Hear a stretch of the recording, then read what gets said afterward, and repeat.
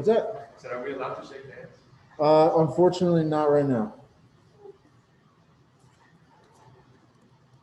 You do air. Nice to meet you.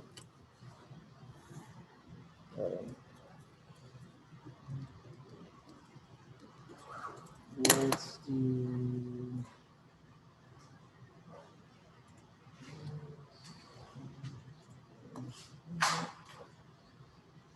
That should be it now.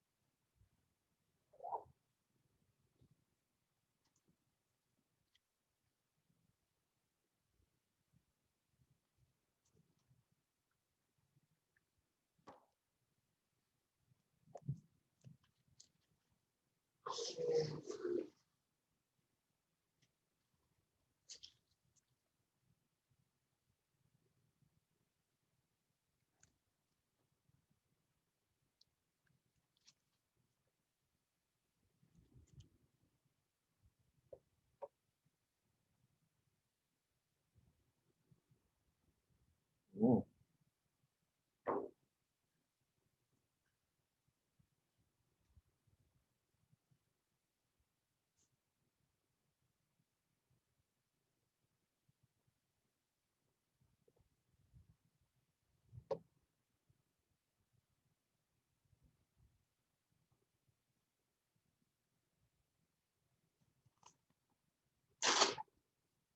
How you guys doing?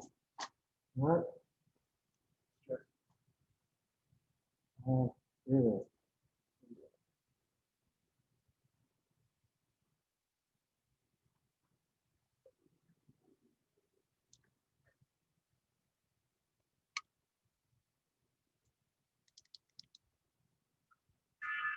Oh, yeah.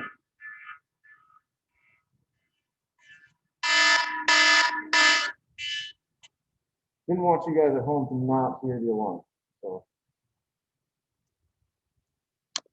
the submarine dive alarm that accompanies all iPhones.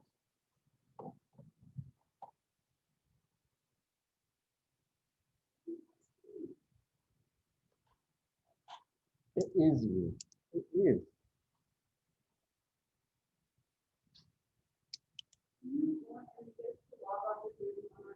Yes. Yes, please.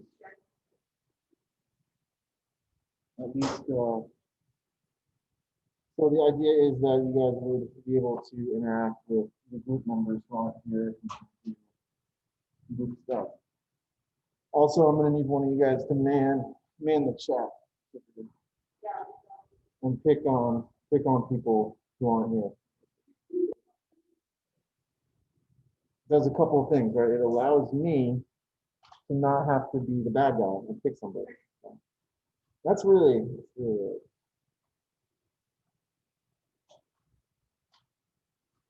Because this is like a, this is an AM laptop, so if you need to wear pants, it's what it's used. I just didn't know. So technically it is an MLab class, right? But my philosophy is typically that since on days when we're doing labs in class, which is not going to be really any, right? Then yes, I would make you wear closed-toed shoes and pants for that. On other days, I don't care because we're not doing anything. We do have crush hazards, like, right, that's the biggest thing in here. We've got things that might fall on you. But we're not touching the robots, so that also shouldn't be an issue. Sound is weird? Like how so? Muffled weird or? Yeah, it sounds muffled and it sounds like we're picking up more background noise. It's just, yeah, it's muting a lot of the things you're saying. Does this sound better? Yeah, a little bit. It's quiet though. Yep, that's gonna be the thing, right? There's a lot of HVAC noise in this room, so we're gonna fight that. And yep, I've got mask and stuff on, so we're gonna fight that too. Try to be as loud as I can, but I do have to teach for like 7.5 hours today, so also need to pace my voice. So I apologize in advance. If something is not sounding clear, let me know. I will definitely go back over it. Also, when you turn to face the people in person and start talking, we can't really catch what you're saying. Okay. Yeah. Just because you're kind of far from the mic. Gotcha. I was gonna say that last class when you turned to the class, we couldn't hear one thing. Just heads up.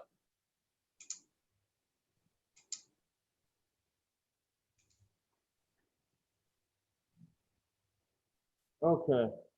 Sorry, just getting some stuff squared here before we get started. Let's get started. It's 9:45, right? Let's do this thing. So just let me. All right, Lord, thank you for bringing us together this morning. Thank you for all the things that you do for us. I pray that you would continue to bless us, that you would help us through these trying times, help us to get our setups right, help us to just be present and participate and strive. In your name we pray. Amen. Okay. So what are we doing today?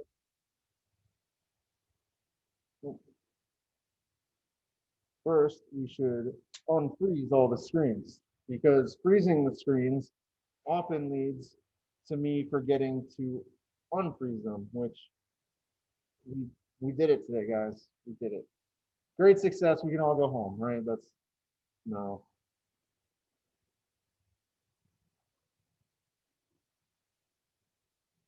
All right.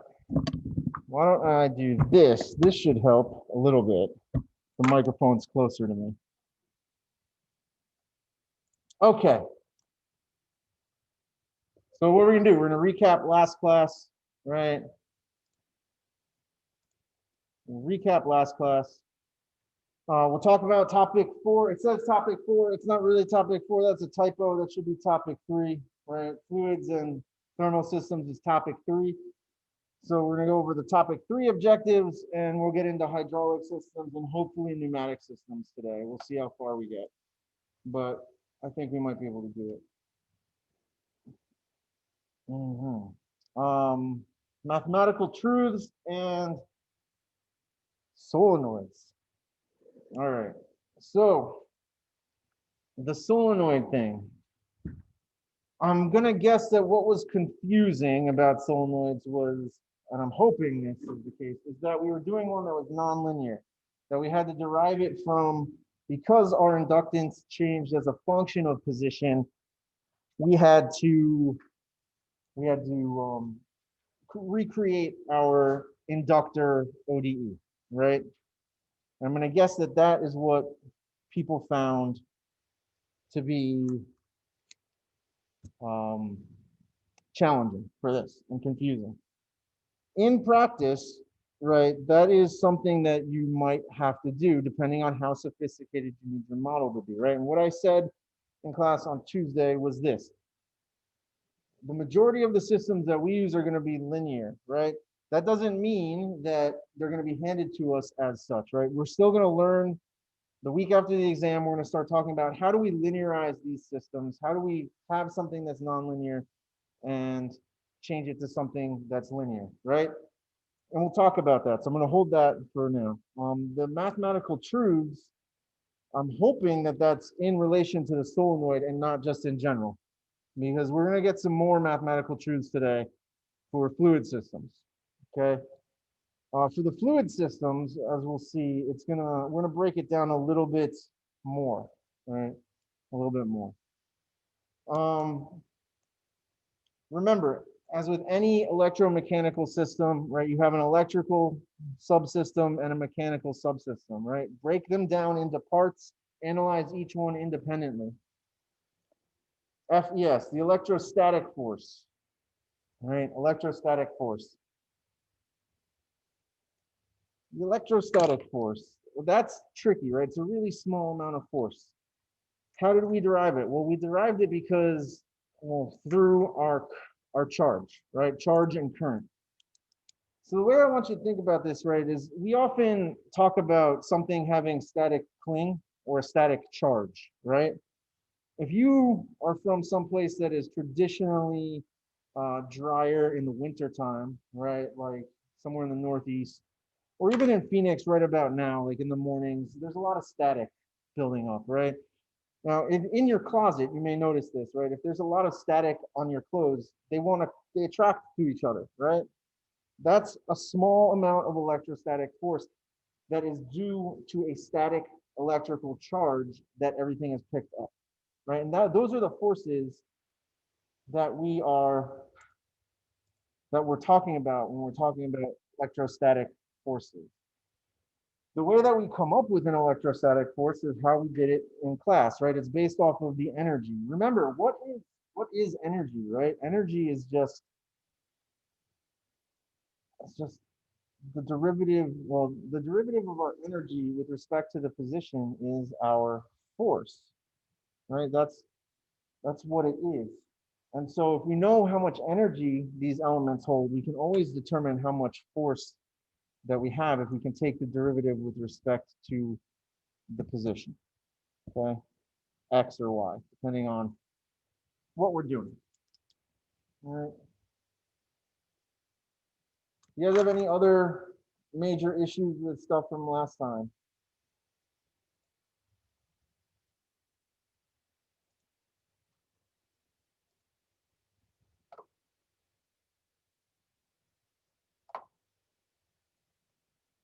Anything?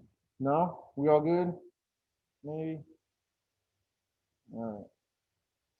All right, as promised in Discord, I know you can see this at home in the classroom. There's a big Zoom bar that I can't move anywhere because it doesn't matter where I put it, it's gonna block something. Here are the full Tri-Quizzard standings through week 3, right? What do we got? We've got the Life Livers in first with 24. Then we've got a 3-way tie for second. In the bag, Dr. D Sanitizers and SDCK. Static Waffles, Zoom Engineers, Matilda's Pointy Compass, Doctors Without Doctorates, Yikes, and Warzone, all tied for 5th. That's not a typo. Their team name is blank. They're in 11th. They just didn't come up with one. They're in the afternoon. They'll never see this video. It's fine. We got Zero Division, inspired by your guys' circuits. Anybody who had Jemmy, I'm pretty sure that's where that was inspired by. 185.31, which is the cost of a ticket to Disneyland. The Quizzard Lizards, Michael Scott Paper Company, and the Swarm Lords. It's still really tight. Anybody can pull it out. We're going to have opportunity for more points in today's class. Just so you guys know, next week how it's going to work with exams. Exams get factored in. How? Well, your group average gets rated against the other group's averages, and the group with the highest average in a section gets the first place points, and so on down the line. Okay. Also, next week for participation, there's going to be 2 things. I want you guys to be prepped right now. All right, so next week on Tuesday is my son's 5th birthday. So you will all have to sing happy birthday to him, and I'm going to play the YouTube video back when I get home. All right, so that's worth 5 points. The other 5 points is showing up to take the exam. If you show up and you take the exam, you get participation points. That's all right. So just so you guys are aware, make sure you do your vocal warm-ups and stuff in class, all right, so that we can be ready. So he's very picky about his music. Okay, so anyway, all right. As a side note, having nothing to do with class, it's now currently October, right? It's October 1st today, and that means that it is Down Syndrome Awareness Month. So there you guys go. I've mentioned it. And so my son Harrison, who is actually turning 5, the guy that you're gonna be singing to on Tuesday next week, he has Down syndrome as well. So it's a really big month for our family. Normally there's this thing called the Buddy Walk that they do on ASU campus. I don't think that that's happening now for obvious reasons, but it's just a cool time. But anyway, that being the case, look at this. Homework on Sunday, right? Exam a week from today. Don't, it's an opportunity for you guys to showcase your knowledge. Okay, think of it that way. I'll say this about the exam. I know there's people who are worried about the exam, and I understand that. I get it. Personally, um, I equate taking exams to competing, right? Or going into a competition, right? If you have the mindset that you're going to go in there and you're going to give it all you've got, you have a way better chance of doing well as opposed to defeating yourself before you even step into the room, right? So part of it is mindset. The most important part is preparation, right? How do we prepare? Well, you study. How do we study for these? You just have to do problems, right? Go over homeworks. Make sure you understand how to do the homework problems, right? Make sure you understand how to do the in-class examples. The format of the exam is similar to the homework. There's going to be a small theory section, and then there's going to be some problems that you have to do. You have 2.5 hours, right? I can't give you a million problems. It's not realistic. These problems take a certain amount of time to do, right? So it's not going to be something that you can't finish in 2.5 hours. Typically, the way that I rate it is if I can't finish it in 30 to 40 minutes, then you guys won't be able to do it in 2.5 hours. Okay. That's my rating scale. So just so you guys are aware on that.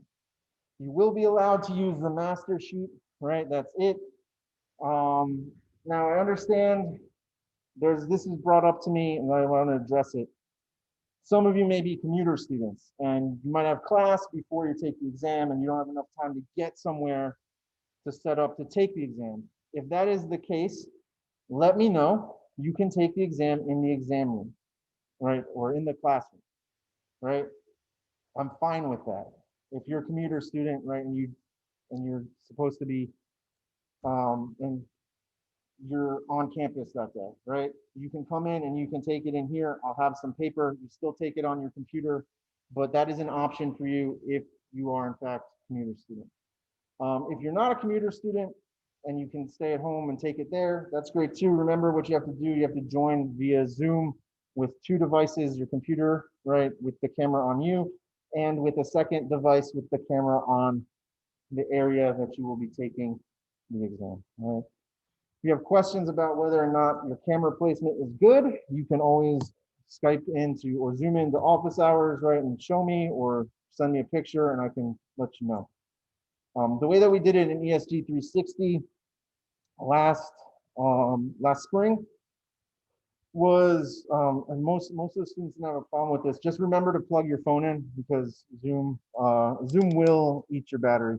Most of them just either put it at some distance away so that you could see like the desk that they were working on. Don't show your exam, right? Don't show your full exam, what you're working on. It's not a good idea. All right. What else? I think that covers exam stuff. You guys have any questions on the exam?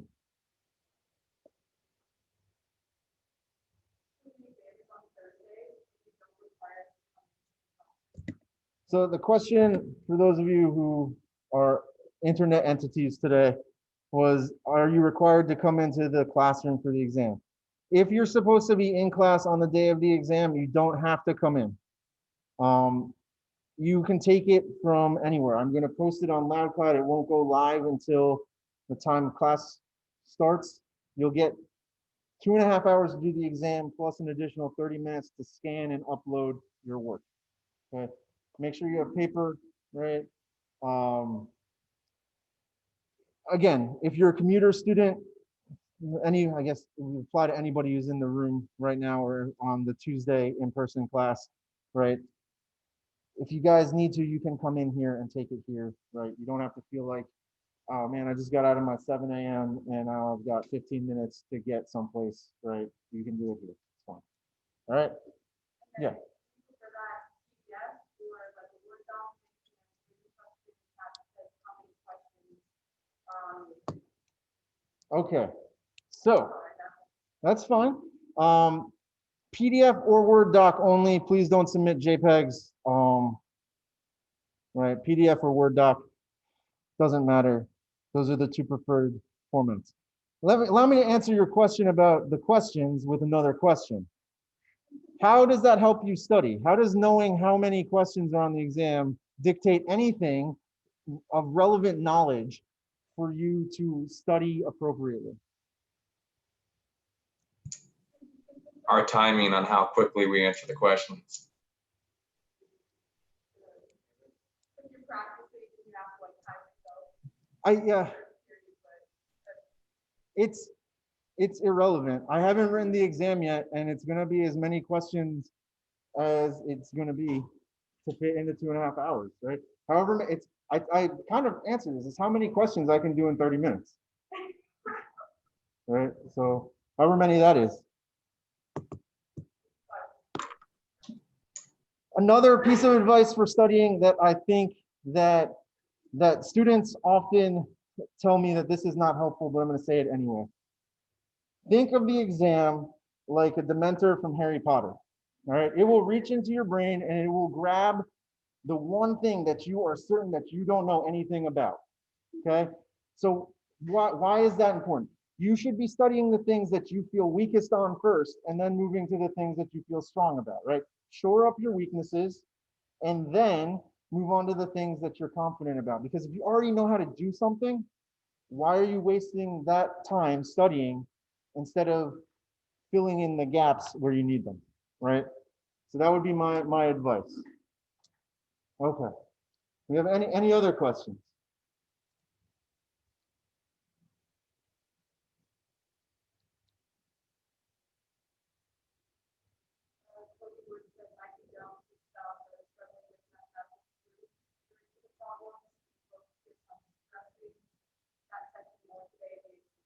Cody, I will do my best.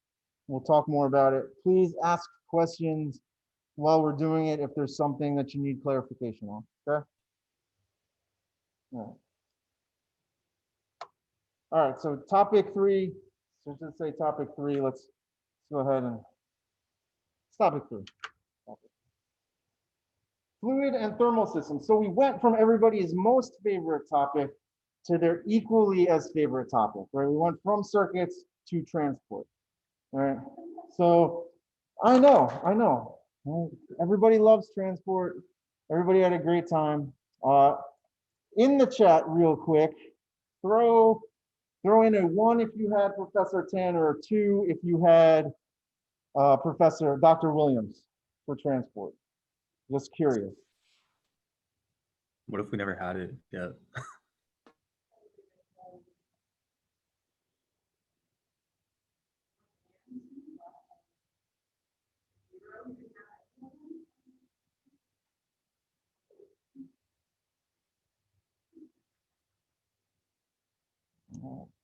So a good split. All right. So what am I expecting that you guys should know coming in to this about transport, right?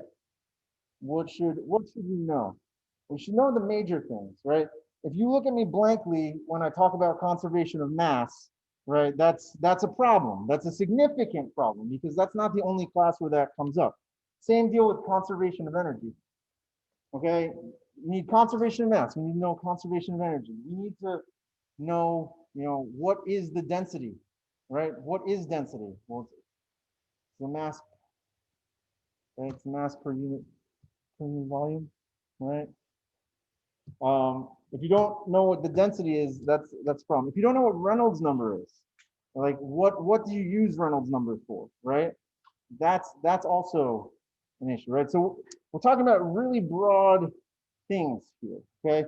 So what are we hoping to do with this? We want to be able to model both simple hydraulic and pneumatic systems. We'll talk about what those are if we're confused a little. I want to select the appropriate resistance relationship, whether we're using laminar, turbulent, or orifice flow. We want to create an accurate thermal resistance relation to use for 3 methods of heat transfer: conduction, convection, and radiation. And to be honest, and we'll address this right now, radiation heat transfer is not something we're going to spend a whole lot of time on because it's nonlinear by nature, and we're just not going to deal with that. So we're going to focus mostly on conduction and convection, although I will present you with an equation for radiation that we will then not use after that. Okay?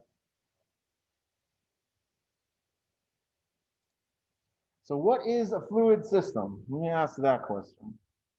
Anybody can take a stab at this one. What is a fluid system?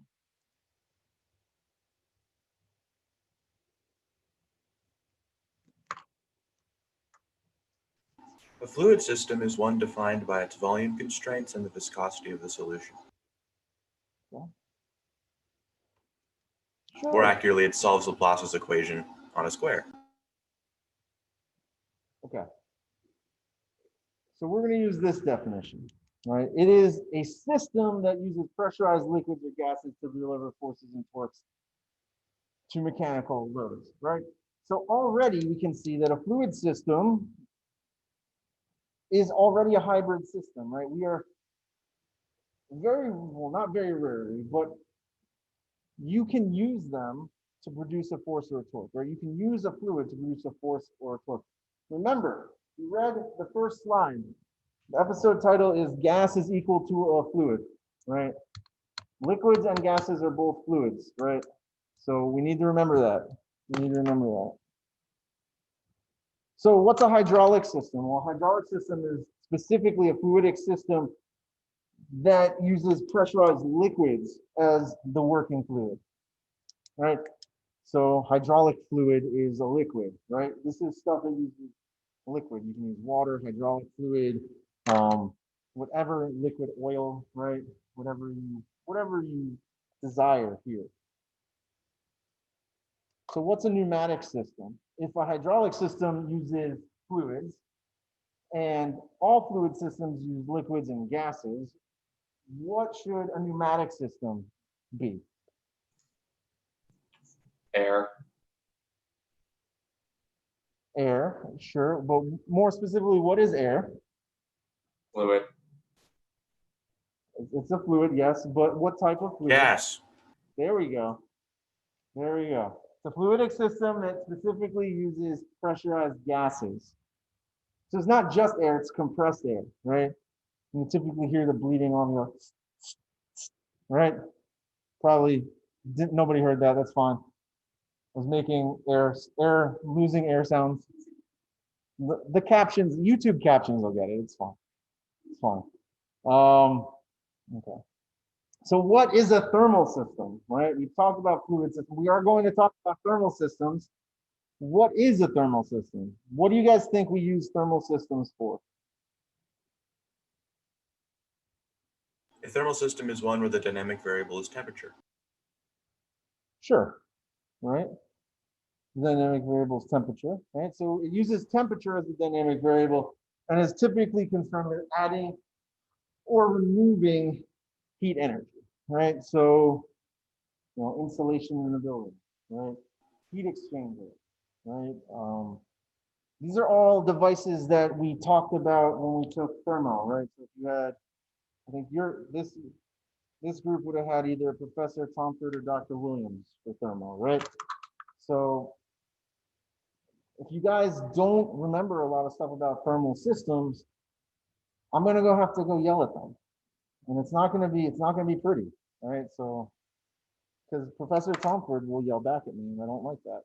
All right, anyway. So those are the standard definitions of what these systems are, right? So let's dive into hydraulic systems a little bit. Okay. So general question, what are the basic units of a system called? Basic units of a system. If I was going to build any system, what would I need?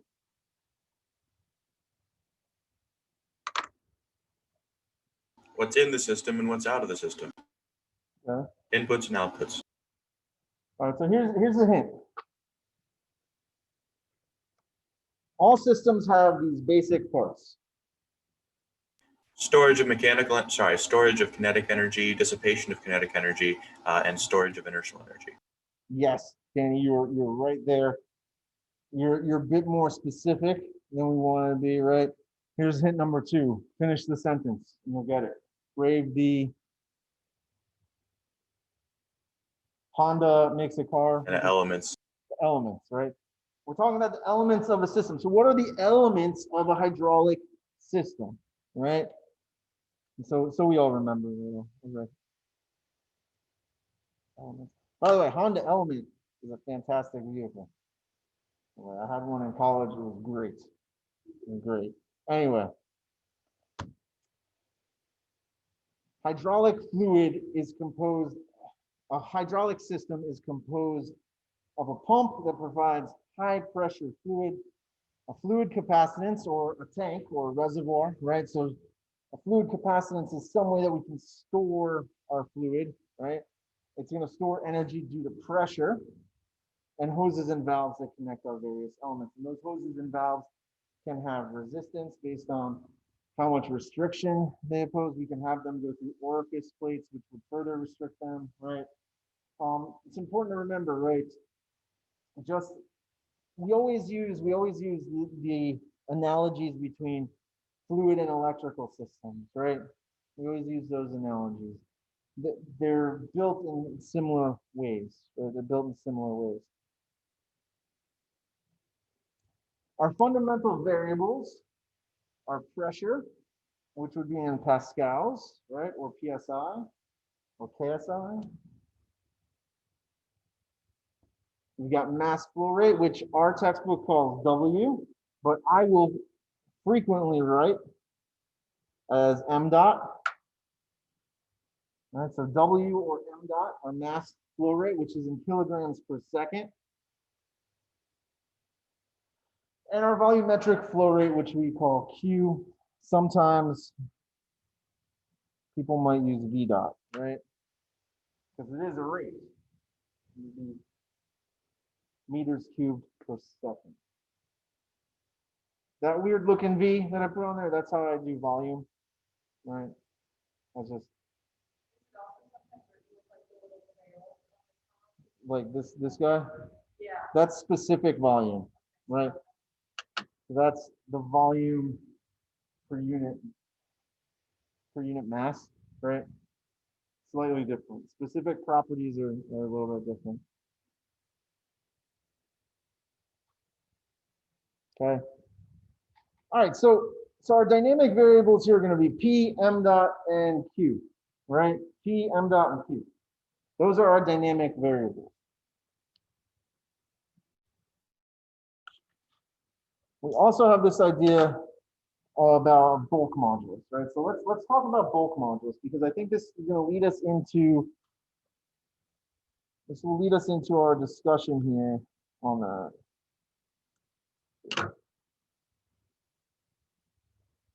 So what is bulk modulus, right? What sounds kind of like something else that you've talked about in materials, right? Sounds kind of like Young's modulus, right? The elastic modulus. So what is it? Could it possibly be related to that? So fluid bulk modulus is beta, and it measures the fluid's resistance to compressibility. So in a sense, it's measuring how much we resist, how much this fluid resists being compressed, right? Which would be somewhat a measure of its stiffness, right? You're basically looking at the fluid stiffness with bulk modulus. Right, so why is this important? Because based on the bulk modulus, we can determine whether something can be determined as compressible or incompressible, right?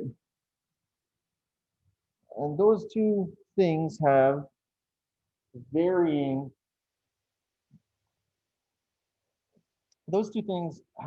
effects on our equations, whether our fluid is compressible or incompressible.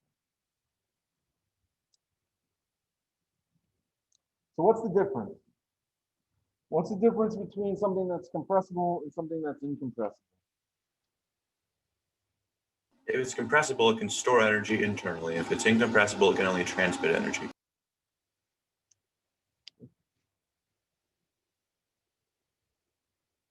Fluid is incompressible if the density remains constant over time, and it is compressible if its density changes over time. So essentially what Danny said, just rearranging, right? So why is this important, right? Well, this has effects on how we can model a system, right? If something is incompressible, then it has a constant density. If it has a constant density, that's going to affect our equations in some way. If it's incompressible, the density changes as a function of time. So that's going to affect our modeling in a different way. So how do we calculate bulk modulus? Well, we calculate bulk modulus using this. It's defined as beta is equal to rho naught times dp d rho. So the differential of pressure with respect to the density. So,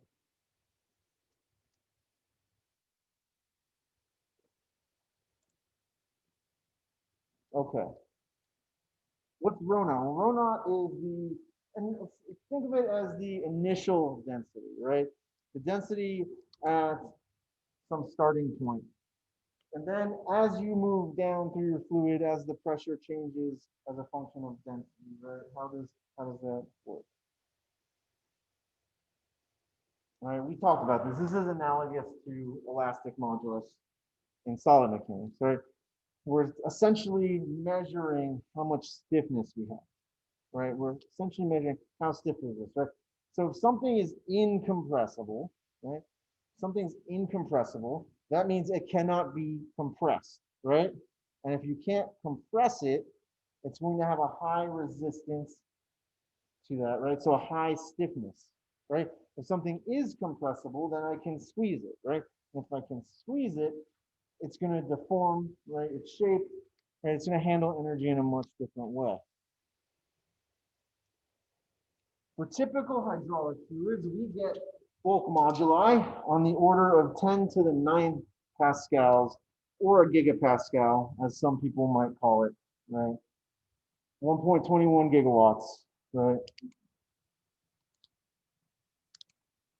With an initial density of 860 kilograms per cubic meter.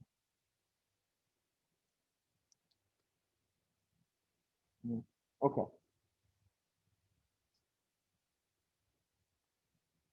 So far, we're still good, right? So the higher the bulk modulus, the more the likelihood that we can treat our fluid as incompressible, right? Another way of thinking about this is the higher the bulk modulus,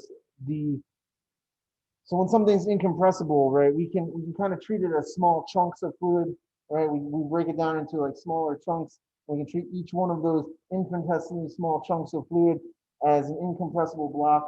So it's almost like we have a flow of solid particles moving, right? That's another way of thinking about this, right? Very large, therefore, right, this means that for very large pressures, the fluid density only changes for about 2% for hydraulic fluids, right? with our change in pressure being about 20 megapascal, and therefore they are very stiff, right? So essentially, if we want to simplify our models, right, we want fluids with really high bulk moduli, right? Because then we can say that it's compressible, and then we can deal with it much more cleanly. And we talked about that. Do you guys have any questions on bulk modulus? So this is a way for us to check, right? Is our fluid compressible or incompressible, right? And that's going to let us know how we should handle making our model. For the most part, early on today, we're going to talk about things that are typically compressible, right? Because when you get to things that are incompressible, they tend towards nonlinearity fairly quickly. Okay.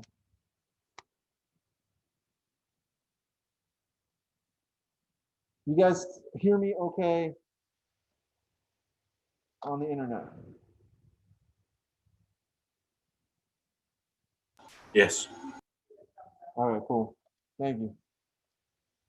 So let's talk about resistance, right? Because we opened up by saying all systems have elements, and Danny said, you know, that we need an energy storage, we need a way to dissipate energy, right? And so we need a way of dissipating energy, and this is going to be our resistance here again, right? So it's any component of a system that resists flow and dissipates energy. So talk a little bit about this. I mean, it's what if I have a hose with a small diameter, right? That's a resistance, right? Friction inside of our piping, right? We all hopefully kind of remember friction factors, right? And you know, one of the points of the class of fluids, well, at least when I took it, was all of these models and idealized equations in the textbook are great, but when you run a lab, nothing ever turns out the way that it's supposed to, right? And you get high percent errors, right? Why? Because we're using these highly linearized models to describe something that is not truly nonlinear, but it gets us in the ballpark. So what electrical and mechanical element is analogous to resistance? Hold on, let me think I got it. Intent is in the name. Buffers and resistors. All right, so what I want you guys to do is I want you to confer with your group mates.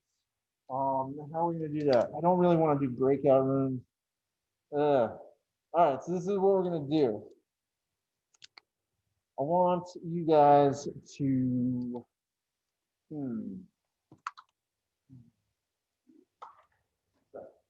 want you guys to, is most everybody in Discord in this class or no? Yeah, hop in the Discord, talk it over with your group, take a couple minutes and discuss what are the electrical and mechanical equivalents. For each one that each group gets right, you get 2 Tri-Quizard points. You want us to like create another voice chat on our own with our group mates? Or what do you If mean you- by going on? Like there's only Well- one channel on voice. For in Discord, just use your team chat channel.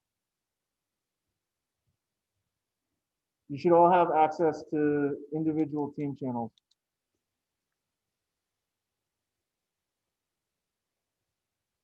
Yeah, I see it. Okay. And then in a couple minutes, one representative from each group will give the answers and we'll talk about it. Now, I just have to remember what the groups are.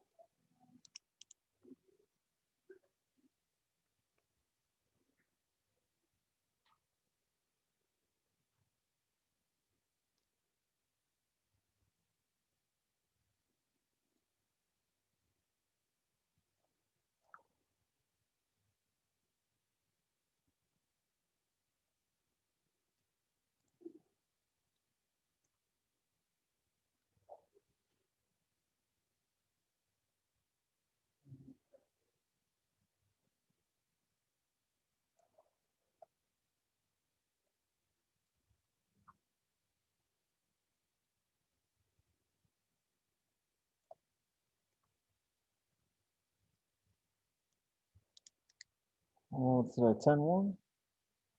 Now remember, you get 2 points for each correct answer. Yeah, 2 points for each correct answer. Oh, no, it's high stakes. High stakes.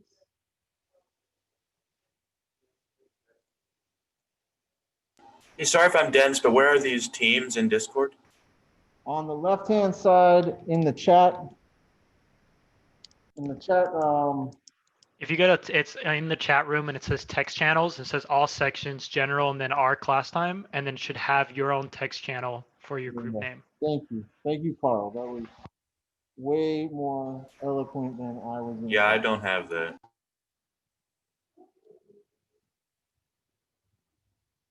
If you don't have it, I apologize. I'll have to assign you to the role. All right. I don't have it either. All right. If you don't have it, shoot me a message on Discord and I'll add you later. Not a big deal. Okay. All right. So this is going super smooth. All right. Let's just have at it. All right. So let me ask you guys. We're gonna start. I'm just gonna go straight down from the top. Static Waffles. Somebody from Static Waffles. What was it? Sure, for electrical systems. What about in mechanical systems? There you go. Excellent. All right, Zoom engineers. What do we got?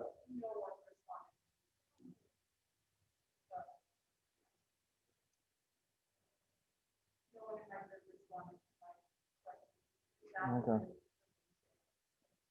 All right, cat on the fly. Wait. That's one, sure. All right.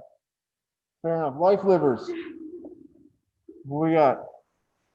Resistors or dampers? There it is. Matilda's pointy compass.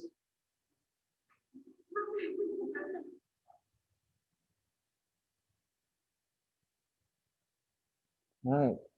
In the bag.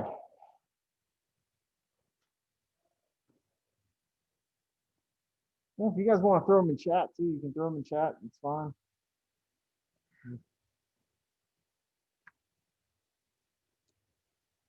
All right, moving on. Doctors without doctorates. What we got?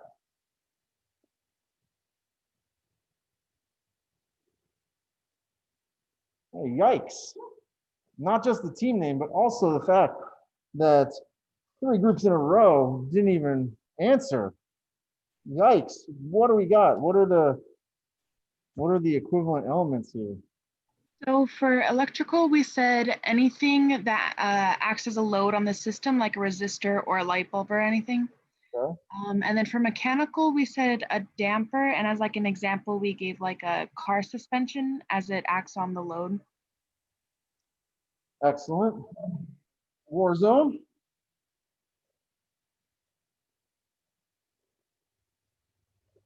Man, it's gonna be a rough track. This is gonna be shuffling all the teams around today. Dang. SDCK. We only came up with resistors and for electrical elements, and then dampeners for mechanical elements There before you we go. stopped. Well, that's all you needed for this one. It's fine. Okay. That's all we needed. All right, Quizzard Lizard. What do we got? We said the same thing as everybody else. We said resistors and dampers. A good choice. Excellent. All right. So here's the deal. This works a lot better in class when you write it on the whiteboards and you work at your tables. Didn't really translate to online so well. Lesson learned, but we're gonna do it again later, so it's fine. All right. Oh, 2.5. Man, I guess you're getting 2.5 points for every correct answer. All right, cool. All right, so this is another one that we should know from transport, right? Flow is either going to be classified as turbulent or laminar. Well, Dr. D, what about that magical in-between point where we have a transitional flow? Yeah, what about that? Well, we're not going to worry about that. We're going to say that things are either turbulent or laminar for this class. How do we decide if something is turbulent or laminar? How do we decide that? All right, so for this one person from each group, put your answer into, I don't want to do chat because then people are just going to cascade the answer in chat. Put them into your Discord chat rooms, and I will pull up my Discord, and I can see all of them. All right. How do we do this? We're going to try to learn from our mistakes on the fly. And try to see if this is any better. Who knows? Not me. Okay. Pulling up Discord.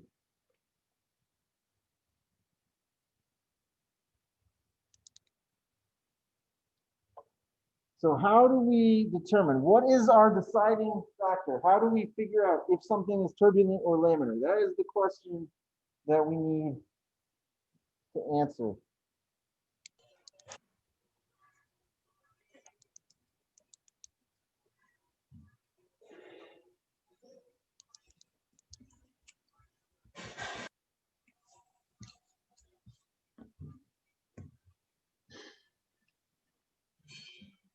Okay, I've got an answer from Quizzard Lizard. He's looking good. Are you looking at our like Oh yeah, individual chats? I'm watching Okay. you guys' chat rooms as we go. Not all of us have a voice channel. It's not a voice channel, it's a I'm text sorry, a channel. text channel. I don't have a text Okay. channel for my team. I know not everybody's in there. I apologize. I will. So here's the thing. If you had a name that I couldn't recognize and you never told me who you were, then you didn't get the role in your voice in your text channel. And I apologize for that. Right? Apologize for that. However, somebody from your team should have that. So you're gonna have to, for today, I will amend that after class, but for today, we just need to figure out, we just need one person.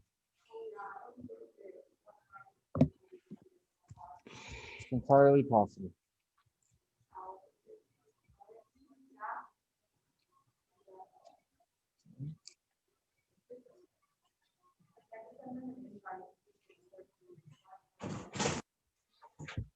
All right, so what we got? All right, we look like we got the life livers has got theirs locked in, looking good. What else? All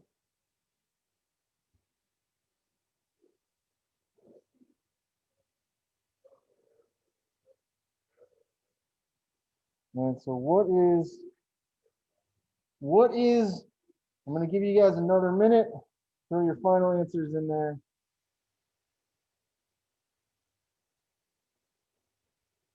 Well, it looks like Doctors Without Doctorates, you got something going on.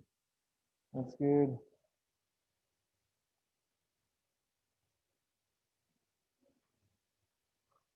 Just want to know from a mathematical perspective, what determines laminar versus turbulent?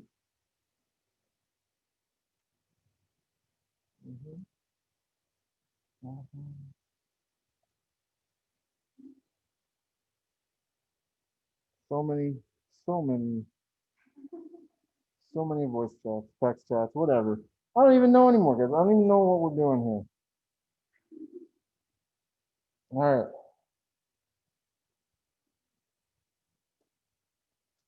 Yep. Yes. No, that's automatic. You guys are all leveling up right now. It's great, isn't it? Okay. What else do we got here?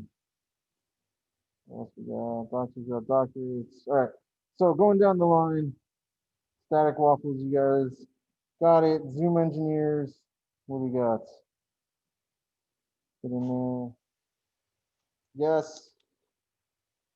Life livers, you guys got it.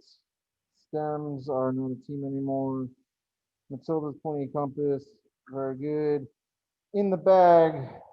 Got it. Doctors without doctorates. Got it. Yikes. Got it. Warzone has got nothing. Quizzes Lizards got it. SDCK. Yep. All right. Fantastic. So yeah, right. Everybody seems to have gotten it. You all remember that, right? You get 2.5 points for knowing Reynolds number. There's the Reynolds number.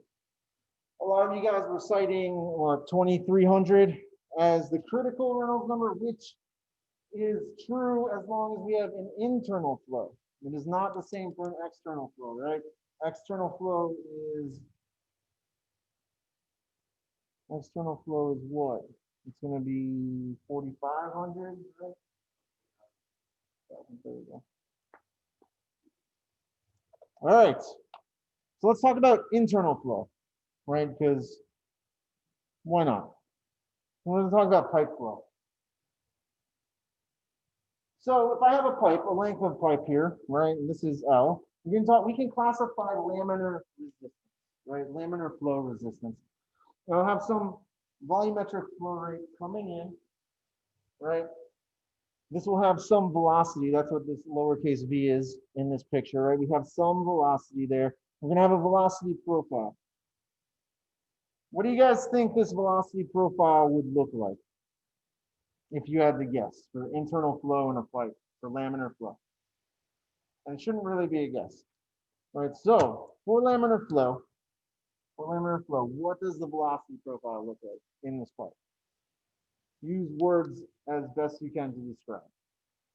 Not for points or anything, just trying to jog your memory.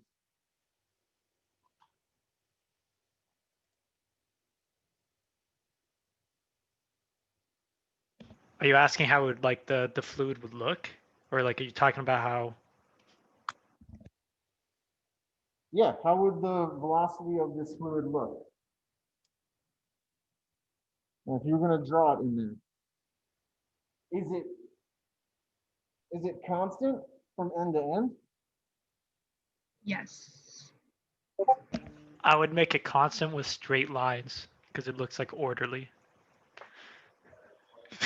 If that's what you're asking about, like how we would draw it on a picture. Yeah, how would you draw the velocity, right? I've got second order power curve from Newtonian. Well, I'm just looking for something simple, and AJ is telling me that it should be parabolic in nature, right? Yeah.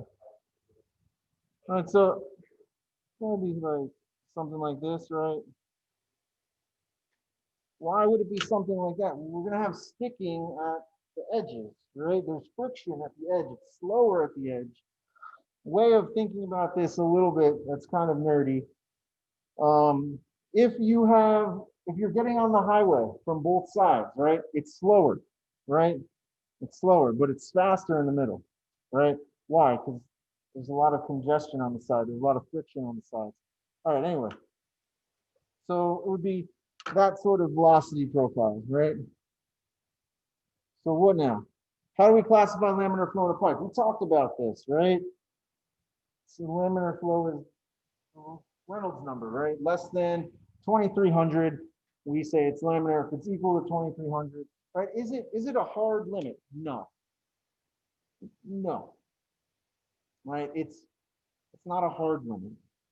We're going to treat it kind of like a hard limit here. So, okay. All right. So consider a long capillary flow tube that has a low volumetric flow rate and a low pressure drop. So the flow is dominated by viscous force. So it's moving slowly, or there's a small differential in pressure here, right? And so it's moving super, super slow. Then we can write a relationship right here. It says delta P is equal to RL times Q. Where RL is our laminar fluid resistance, and it's in Pascal seconds per meter cubed. Okay, look at this equation. This equation looks really similar to something else. doesn't it? Now, we all said that this looks like, we all agreed that we would have a resistor and we would have a and a damper, right? Those would be the two elements that would be equivalent to a fluidic resistance, right? Okay. So in that analogy, isn't this just equivalent for an electrical system?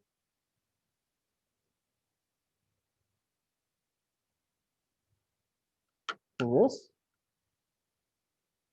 Our volumetric flow rate is equivalent to our currents, right? Our pressure drop is, or our delta P is equivalent to our voltage drop, right? This is Ohm's law for fluids. This is Ohm's law for fluids, right? For a hydraulic laminar flow system, this is what it looks like. Where does RL come from? Oh, there's a lot of places that RL comes from, mostly experiments. If you ever have an orifice flow plate, right, some sort of flow obstruction that you're putting in place, you'll be told a little bit about that. It's going to be a function of friction and things like that. So we get this nice, for laminar flow, we get this nice linear relationship between pressure drop and volumetric flow rate, right? Between voltage drop and current, right? There's a lot of analogies that we can make between circuits for these systems. We talked about that. It's analogous to Ohm's law. All right, laminar flow for Reynolds number less than 2300.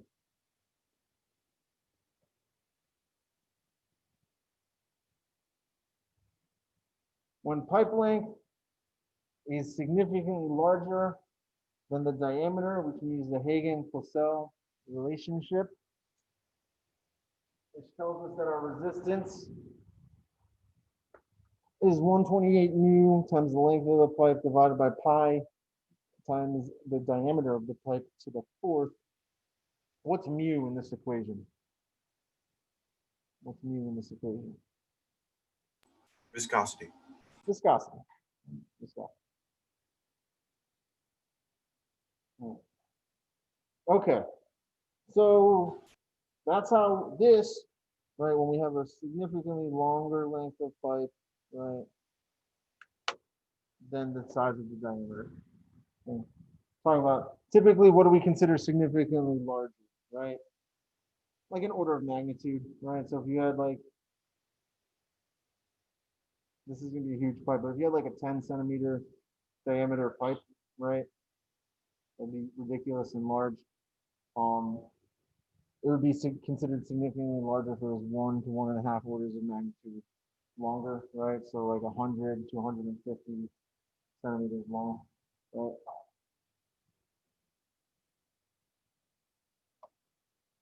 Yeah. Any question on laminar resistance? Any questions on laminar resistance?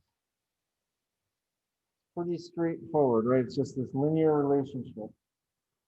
Now you may remember from the rest of this class that we typically just leave the resistance as R, right? And for the modeling phase, that's true here as well, right? We're typically not even going to talk about using that Hagen-Poiseuille relationship. We are going to leave our models in terms of our variables, right? All right, so let's talk about turbulent resistance. Sometimes we can have turbulent flow, right? When is flow turbulent? Well, if it's laminar under 2300, it would be turbulent over 2300.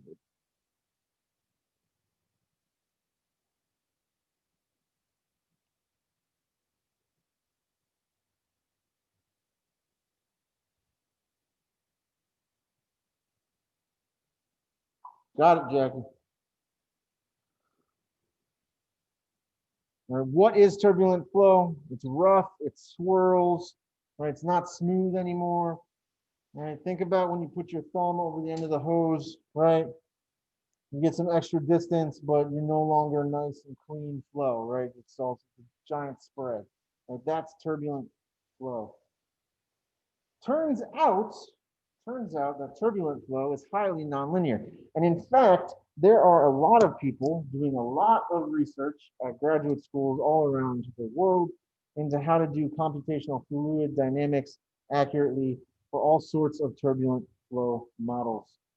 Right? Fluid resistance relationship for a turbulent flow is nonlinear, and therefore we get delta P is equal to R sub T Q squared, where R sub T is my turbulent resistance, right? We can sometimes rewrite this as K sub T delta. I'm sorry. We'll sometimes rearrange this equation so that it's Q is equal to K sub T square root of delta P, right? In most cases, R sub T or K sub T is determined experimentally, right? A lot of things in fluids, remember, a lot of things in fluids and in heat transfer are determined empirically, right? We do experiments and then they get tabulated, right? Thermodynamics, right? You had to use all of the tables all of the time, right? Somebody else has done this and they tabulated their results and they're repeatable and we use them over and over again, right? A lot of this stuff for turbulent flow is actually still in the process of being determined. It's highly nonlinear, it's highly volatile, right? What contributes to us having a turbulent flow? Well, valves, elbows, couplings, they resist flow and usually induce turbulent flow, right? Anything that causes, right, think about an elbow, right? You have this fluid going, right? It's going, it hits the end of this elbow, it swirls around in the elbow and comes up, right? It's going to create vortices because of that, like high friction factors, right? In your pipes are going to cause nonlinear eddies to appear, right, around the edges. These are things that happen, right? All right, so that's the equation, right? This guy right here. These two equations are what we want to focus on for resistance in turbulent flow, right? So if you're told, hey, do this for turbulent flow, right? You need to use that resistance model.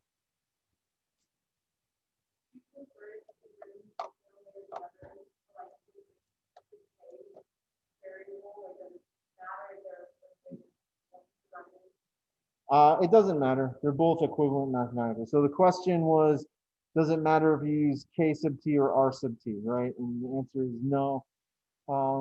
Typically, when we get into how to model these systems, you'll see we're typically pick one over the other just because of the utility of writing things in terms of volumetric flow rate as opposed to pressure drop, right? But mathematically, they're equivalent and it does not matter. All right, so what about orifice flow, right? Sometimes you put an orifice plate inside of your pipes, right? Why? Well, that's how we measure things sometimes, right? That's one of the things that's inherently problematic about measuring flows, right? Is that you can change the regime of a flow by putting a measuring device in there, right? Sometimes you put orifice plates in so you can throttle, right? So you can throttle your flow, meaning that you're inducing a different pressure drop so you can increase or decrease the velocity of said fluid that's coming out, right? So sometimes they serve a purpose, sometimes an orifice plate is just like a flow meter, right? And so, think of it like what is an orifice plate? Well, it's a hole with an opening in it so that fluid can flow through it, right? Like the one here in this picture. Our classical orifice flow equation is given here, right? And I'm gonna do this guy. All right, so my volumetric flow rate is the area, the orifice area, A sub O, right, is down here. That's the orifice area. All right, so let's draw it on this picture. That's gonna be A sub O, so that we don't forget. C sub D is the discharge coefficient, typically 0.62 for sharp-edged orifices. If it's something specific that you need to put in there, you'll be told what it is. And rho is the fluid density. Obviously, P is the pressure drop. Delta P is the pressure drop. In this, it's pressure 1 minus pressure 2. It's the pressure before minus the pressure after, right? That's our pressure drop, just like our change in voltage, right? Voltage before minus the voltage after, right? So we can model an orifice plate as a resistance if we want to. We can. Rho is a constant, CD is a constant, A naught is a constant, right? So it scales with the root of the pressure drop. Okay. Notice we've been defining things a lot in terms of volumetric flow rate, and there's a reason for that. And we'll talk about it in a second. Okay, we'll talk about it in a second.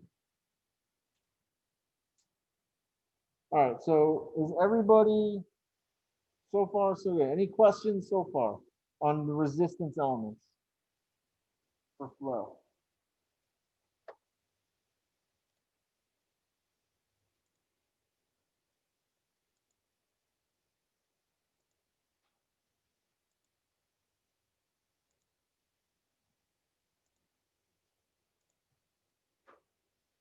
Okay. Guess not. All right. We'll keep plugging then. We'll keep plugging. What about valves? Valves also produce resistance, right? So typically, valve position Y alters orifice area A sub V, and hence meters our flow, right? So we can change, we're changing our current, right? We're changing our flow rate by opening or closing our valve area, right? This is right here, in case you guys didn't see it, right? This right here, that's what we're saying as our valve area, right? There. Here's my spool valve. How do we draw a valve, right? Well, generic symbol in our diagram for a valve is these two triangles, right? Why? Well, some people say in ancient times, it kind of looked like how a valve would look, like a valve handle. You can turn it. Kind of looks like a valve handle. And so what do we have? We've got a pipe, we've got some valve there, right? What does the valve do? Well, if it's fully closed, then nothing, we don't get any flow through it. And if it's fully open, we get some flow through it. We've all used the hose before, right? So you know that it's not binary, right? It's not on or off. There's a gradient to how much flow you can let in and out, right? Same with your bathtub.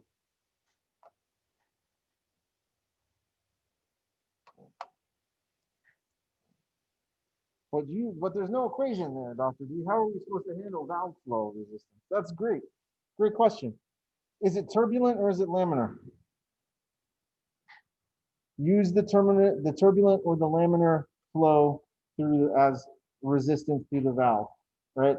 Whenever we have a valve, we're going to have some resistance. It's going to be determined by the flow regime that we have, right? It'll be determined by the flow regime.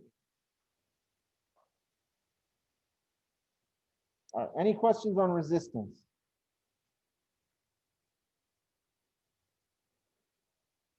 No? We're going to try this one this time. All right, so we're going to switch to capacitance, right? Capacitance is the measure of a system's ability to store energy, right, to a fluid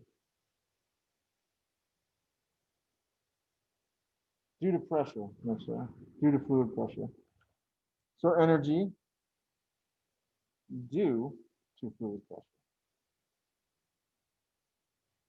So in your groups, what is the equivalent mechanical and electrical system? This time, instead of doing this, you can talk to each other through Discord. but I want one person to send me a private Zoom chat with your answer. Okay. You guys got 2 minutes. What is the equivalent here? Remember, have one person send me a private Zoom message. I'll even freeze all the screens so people can't see when I pull up chat. It's gonna be so good.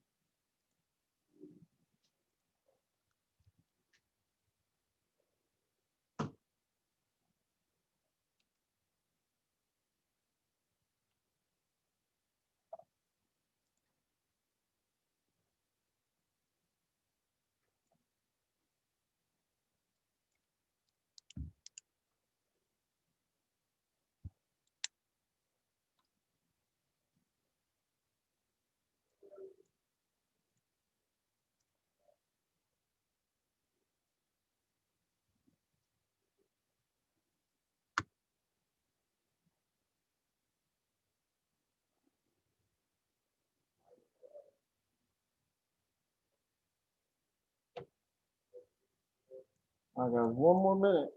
Get those answers in.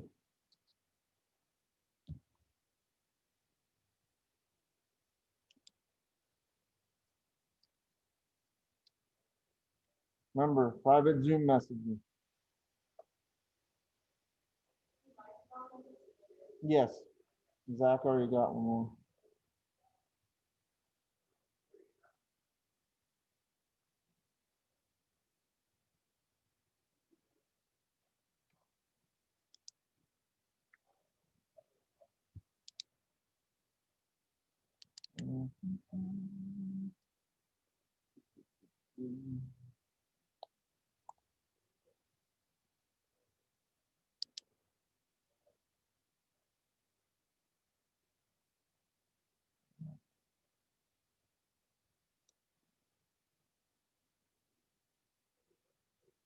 All right, that's time.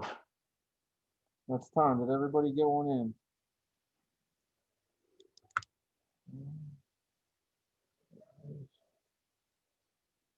That's it. Get them in right now.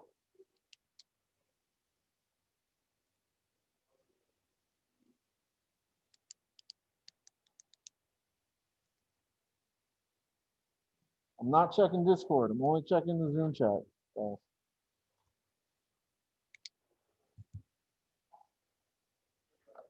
Okay.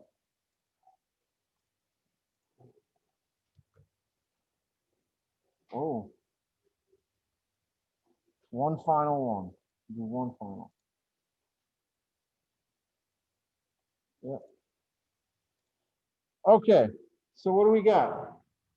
We'll start with the electrical system. A capacitance is a capacitor, right? What it is. Capacitance is capacitor. Okay.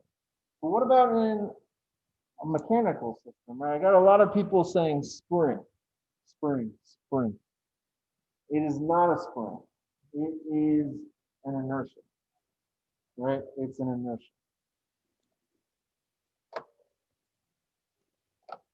Why? Well, a capacitor and a mass are the same, are equivalent elements, right? All right, cool. How do we determine capacitance? Well, capacitance is the differential of volume with respect to pressure, it's dV/dP, right? It has units of meters cubed per Pascal, right? The amount of mass that we have in a fluid is what? Well, we can just rearrange density, right? Density is mass per unit volume. So rho is equal to M over V. So if I want the amount of fluid mass that I have, that's M is equal to rho times V. When we're talking about a tank, right? Because the capacitance is just a tank, right? If we're talking about a tank, we need to determine the hydrostatic pressure, right? How much pressure do we have what is our change in pressure as our height changes, which is given as rho GH plus atmospheric pressure, right? So if we're looking at this picture here, right? We're looking at this picture. This entire tank is under atmospheric pressure, right? So that's pushing down, right? And then we also have a change in pressure due to where we are in the tank, right? How much height we have amassed in this tank. So the capacitance of a tank is related to the fluid mass in some way, right? Through the density, right? And it turns out that if you take the derivative of the volume with respect to the pressure, you can change that, right? You can change the volume to what? Well, the volume is just the area of the tank, right? The cross-sectional area of this tank is not changing, right? This is a constantly sized tank. It's a constant cylinder. That circle never changes. So the volume is really, the change in volume is really the cross-sectional area times the change in height, right? Okay.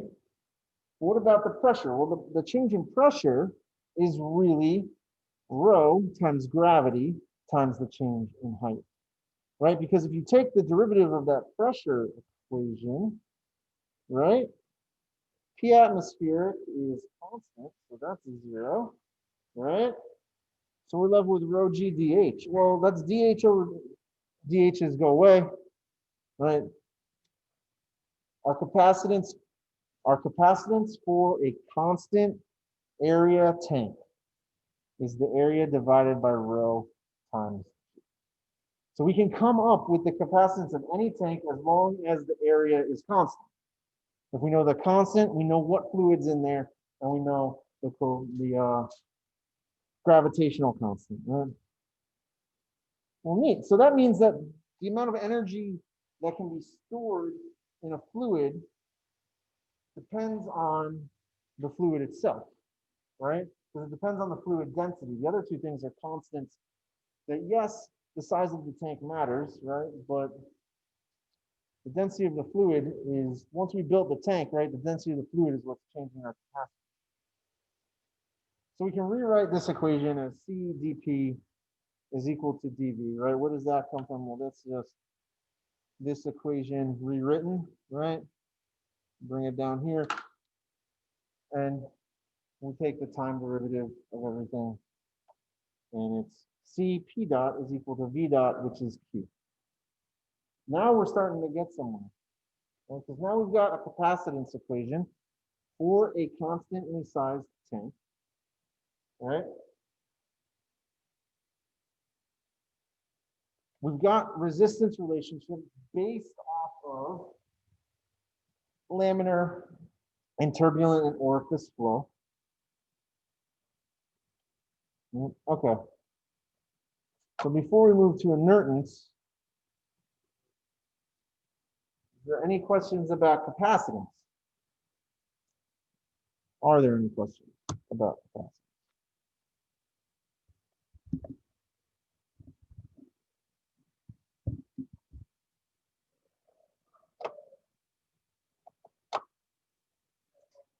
No?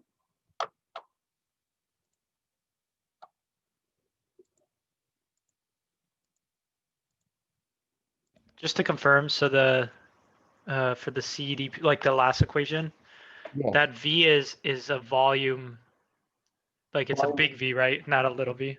That's volume flow rate. Yep. Okay, just wanted to confirm. You mean that all the different V's are confusing? That's shocking to me.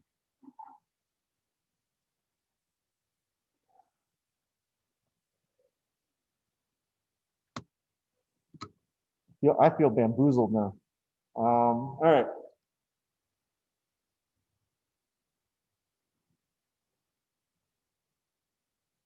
Cool. So we can talk a little bit about inertance. And inertance is a fluid element that doesn't get used very often, but for completeness, we're going to discuss it anyway. All right. So what is inertance? And I think that is a fantastic question. Thank you for asking. Inertance is the effect due to the fluid's inertia as it accelerates along a pipe. Thus, it is similar to blank in an electrical system and blank in a mechanical system. This one's not worth points because we only have one element left, right? So in an electrical system, what is the one element we haven't talked about yet? An inductor.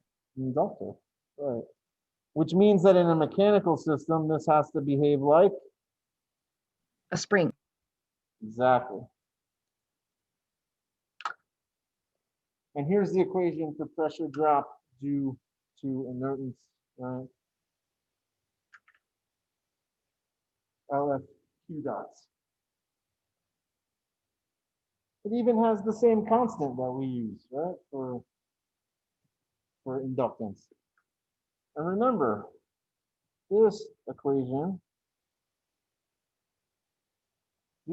remember, our Q is our I, and our P is our E, right? So this is equivalent equation. That being said, I did preface this by saying that we're not going to really do much with inertance in this class. Right? Not really going to do much with inertance. Okay. Any questions about inertance?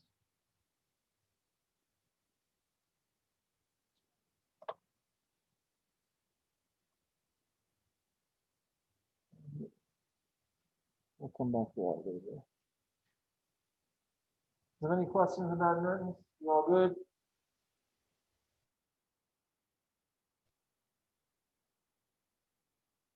Microphone.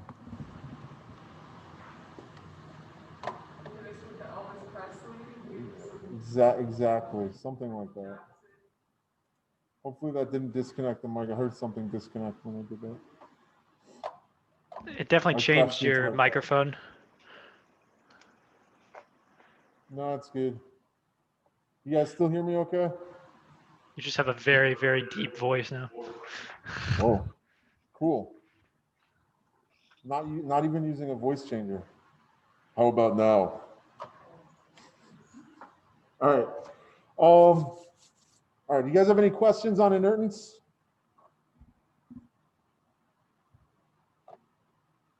Were we technically, wait, so when we were looking at the capacitance, or like when we're looking at mechanical system, you said it was inertia, not inertance, right? Or are you saying that it was inertance? So inertance is similar to a spring or an inductor, right? Capacitance is similar to a mass or a capacitor. Oh, okay. I get that now. Okay. All right. Cool. Well, let's talk about how do we tie all these things together, right? Because just like in our other types of systems, we talk about the elements, right? So we talk about the elements, and then what? Then we need some physical law that ties everything together, like Kirchhoff's law or Newton's law, right?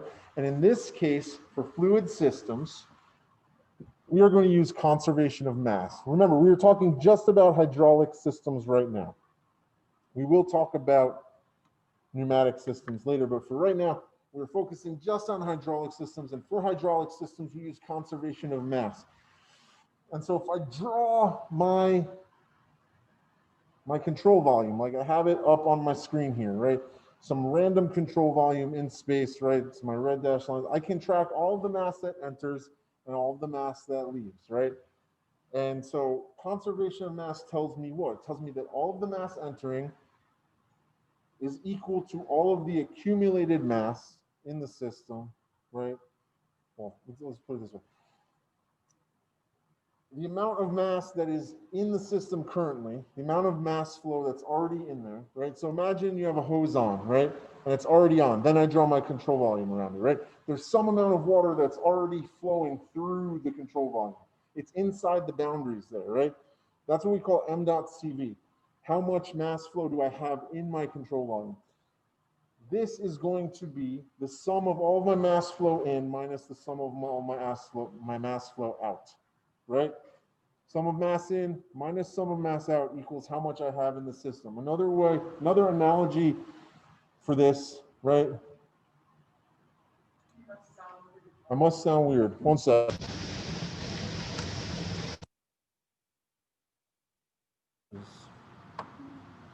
Is that better? Worse? Is it high pitched now?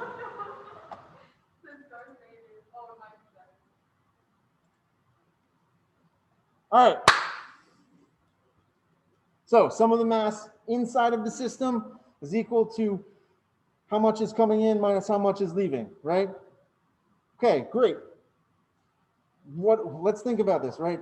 Say I have a bathtub, right? And I'm really stubborn and I do not want to use, or maybe, you know, your toddler threw away the plug, right? That never happened. You always have the plug. There's always a plug. But what if it wasn't there? And you really were hell-bent on taking a bath, right? But you have no way of stopping the water from leaving.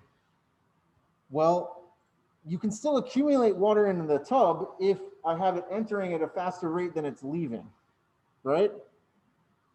Same thing here, right? If I have something coming in and something exiting, I can still have stuff in the basin, in the capacitor, right? In the capacitance, right? Based on the fact that these are not equal. Now, if the sum of it coming in and leaving is zero, right? That's equilibrium. And you guys hopefully talked about that in both fluids and thermo, right? All right. Okay, so that's conservation of mass, and that is going to be the major, that's going to be the major deal that we have here, right? So if mass does not accumulate, then the net mass flow rate is equal to zero, and you just have the sum of the mass in is equal to the sum of mass out, right? So you're not accumulating. So this guy, this is going to be important. Well, Dr. D, I don't see how that relates to any of our other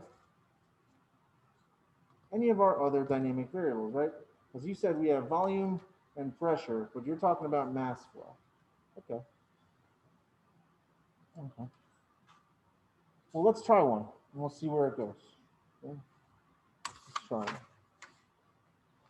So I've got this tank here. It's a pretty sweet tank, right? You've got some input flow that we're going to call Q in, right? I've got some height to my tank, right? That's the height of the water level in my tank. I've got this base pressure, so whatever the pressure is at the bottom, right? This then goes through a valve, right? So let's draw it this way, right? It's going to come down. I'll redraw it in a second. Comes through this valve, and then on the other side of the valve, it exits to atmospheric pressure with some exit flow rate, right? So I want to derive the mathematical model for this system, assuming laminar flow. And then I want to do it assuming turbulent flow. And then I'm going to repeat both problems A and B by switching my dynamic variable to height, right? That's the three parts of this question. So how do we do it? How do we do it? Okay, well, let's draw a picture. So we're going to draw our diagram. So here's my spigot, right? And I've got some flow coming in that we're calling Q in. Remember, this is the same as V dot in if we wanted to use V dot. We're just calling it Q in. Where is this going? This is going directly into my tank. My tank exits through a pipe into a valve, right? And then we're going to have some Q out, which is the same as V dot out. Okay. There's some amount of fluid already here. We'll call this H. All right, just so we don't forget, right here, this is my fluid. This is filled with this nice, refreshing blue fluid, probably Kool-Aid. It's probably Kool-Aid. If I could make it purple, I would, but this doesn't allow me to. I apologize. I know it's very anti-GCU of me. Inside here, right, we were told that there's some base pressure, right? We call it P. Why is it important that it's base pressure? Well, it's going to be the pressure wherever this is exiting, right? Because remember when we talked about valves, right? The thing about a valve is that we have some pressure on one side of it and a different pressure on the other, right? We have a pressure drop from going through the valve. All right, and we've got PATM, atmospheric pressure out here. All right, so all I've done is I've redrawn what I already had, right? That's all I did. So what's my input and what's my output here? It's my input, what's my output? I'm going to assume Q in and Q out. Man, nailed it. Q in and Q out. I mean, yeah, that's what it is. Right, so in these types of systems, we are interested in the flow rate in and the flow rate out, right? And we need to have all of our equations in terms of our dynamic variables here, right?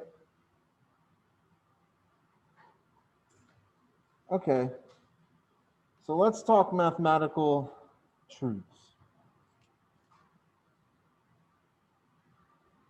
Let's talk about mathematical truths. So I'm going to go back a few slides. All right. So I want to talk about something. I'll talk about this. Remember, all right, so I'm going to pause this here, and I'm actually going to go back. I don't know. All right, so remember, when we're talking about our truths, one of the things that's important is the sum of our mass flow rate inside of the control volume is equal to the sum of the mass flow rate in minus the sum of the mass flow rate out. Yeah, I know, it's on purpose. Thank you. Because I want to talk about this, right? So we have the conservation of mass says that the amount of mass flow that's stored in the control volume is equal to how much we have flowing in minus how much we have flowing out, right? That's what conservation of mass tells us. If we look at this slide here, what else do we see? Well, isn't our capacitance C P dot is equal to Q? Isn't that telling us something about how much flow we have coming in or how much flow we're accumulating? Right, because we're filling this tank, right? And this tank has some flow coming in and something leaving. So how much is being stored in that tank? Well, that's the capacitance of the tank, right? M dot CV is the capacitance of the tank. But that's in terms of Q, right? Not in terms of M. So that seems problematic, right? Well, yes and no. I mean, here's why.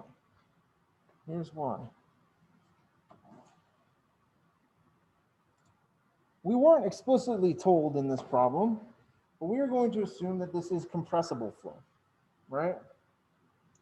Why? Because we haven't really talked about incompressible. So if something's compressible, by the definition that we had earlier, right? If something is compressible, then the density is constant, right? And if the density is constant, well, density is just mass per unit volume, right? Well, can't I then rewrite this as mass is equal to density times volume, right? Sure, but that still doesn't really solve this problem, right? Because we need V dot. Well, what if I take the derivative of this with respect to time?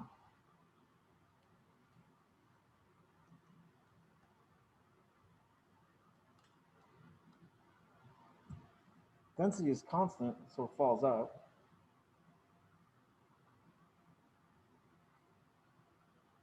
Did I do that right? I think so.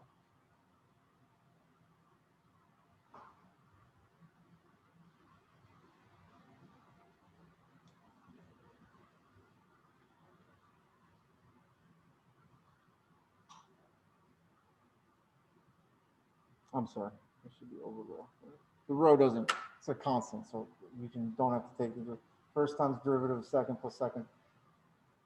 The rho is still in there, but if we, so the point is, right, if I divide everything by the density, right, if I divide this entire equation by density, like I've just come up with here, right, which is a constant and the same for everything, then I can rewrite this in terms of volume flow rate.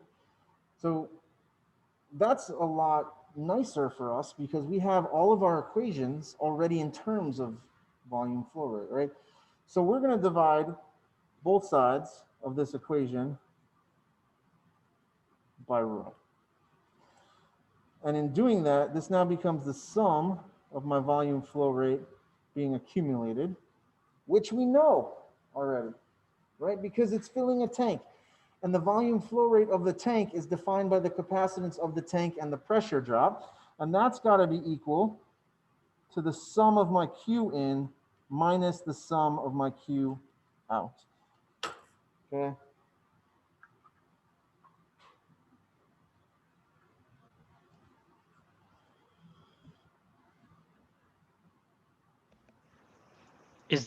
Are we for the when it said equal to the sum? Is it like quotation marks Q in minus Q out, or is it like, or did you mean to put another sum? Okay. I meant to put another sum, Paul. Thank you. All right. So it's the sum of my flow rate in, right? And remember, this V dot here, right? That's just Q. Right? All my V dots are Q. That's QCV. We know QCV. We know Q for the capacity. My voice again.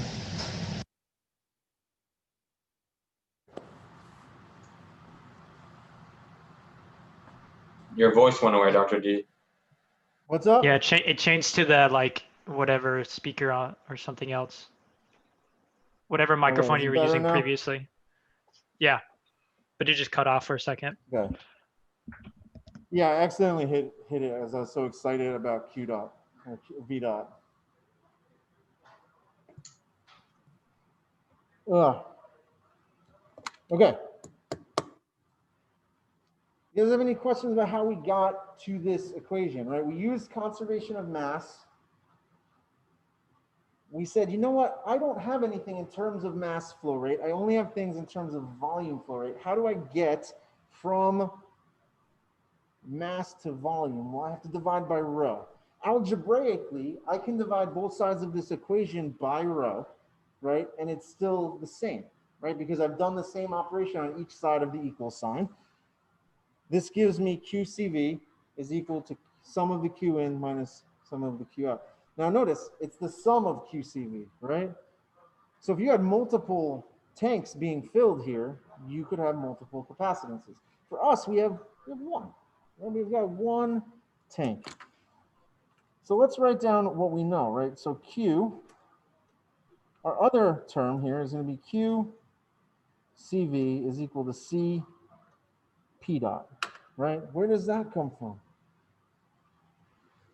Comes from the capacitance equation that we just had up on the screen a couple minutes ago, right?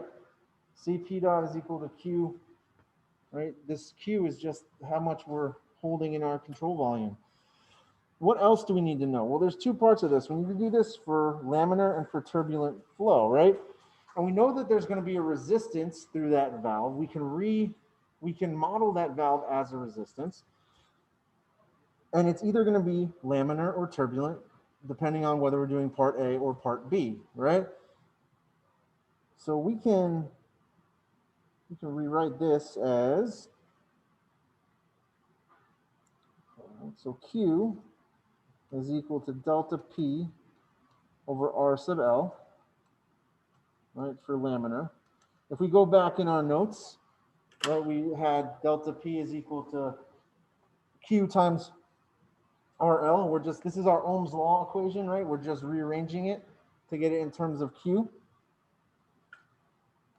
And down here, I'm going to write it for turbulent. Q,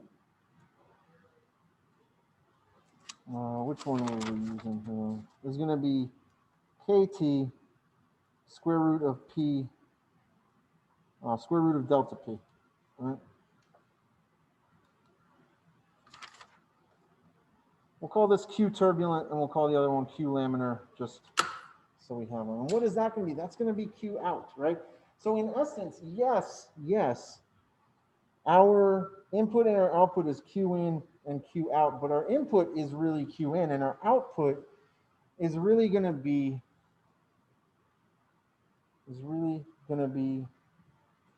our pressure, right? We're going to write this as a first order differential equation in terms of pressure. Why? Well, because that's what we're interested in, right? We're going to fill up this tank. We want to find out how the pressure is changing, right? The cause is the flow rate. The effect is that the pressure has changed, not that there's some flow out. Think about a circuit, right? I put some current into my circuit. The effect is not that I get current out. That's great. But the effect is I had some voltage drop across my capacitor, right? I had a voltage drop across my resistor. I had current through my inductor, but we don't have an inductor here. We don't have an inertance. We have a resistor and we have a capacitor. Later, when we do the second part of this, or the third part, we're going to change our dynamic variable to H, the height of the fluid in the tank. We'll talk about that in a second. Wait, are we changing the output? Yeah, to P. Right, because otherwise, you basically just substitute in CP here, CP dot, and then it's done, right?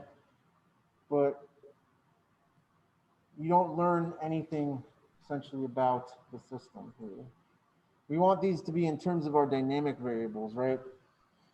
And Q out is determined by what? Well, across a valve, it's determined by my flow regime. And my flow regime, if it's laminar, is delta P over RL. And if it's turbulent, it's KT square root delta P.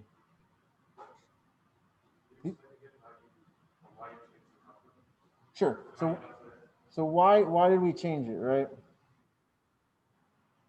Did that run my microphone? Sorry. Okay. So let me know. Why did we change it to P, right? What is the cause and what is the effect of this fluid system? Is the cause that I put some current in, right? I have some flow rate in. Yeah, I'm turn on the faucet, I have some flow in. This is causing what, right? What is the effect of me doing this? The effect is that I'm building up pressure in my tank, right? That's what it is. That pressure is then driving the flow out, right? Because that pressure difference between the tank and the output and pressure atmosphere is what drives this system, right? That's the pressure gradient. Flow will go from high to low pressure, right? That's how it travels, right? Later, we were specifically asked to figure this out for H. That's why I put H there. That's going to be after we determine what our turbulent and our laminar flow conditions are.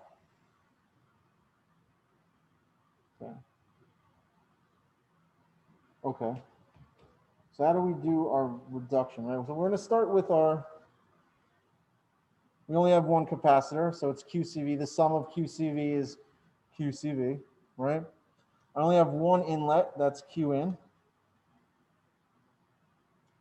And I only have one outlet, right? And we're going to use as Q. Well, let's do this for laminar first, since it asks for it, right? So this is my laminar flow. So this is going to be QL, right? And it's how much flow do I have left over after I've gone through my valve. All right. Well, QCV we said was just CP dot. All right, Q in is our input. And QL is P minus P atmosphere, right? It's delta P over R sub L. And we're going to do a little bit of algebra, right? Because we still want input-output relationships.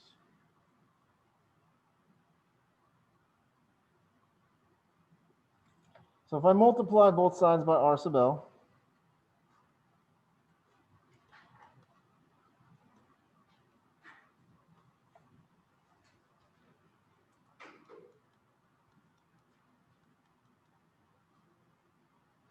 almost there. I got to get all of my pressures to one side, right?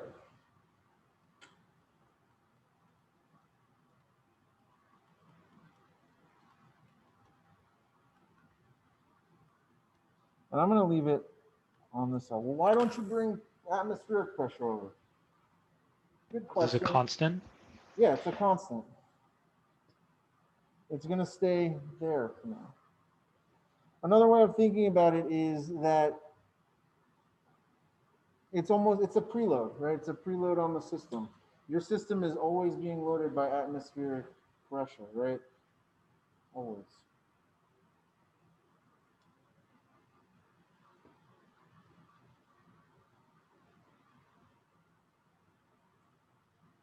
Sorry, that should be a plus, right?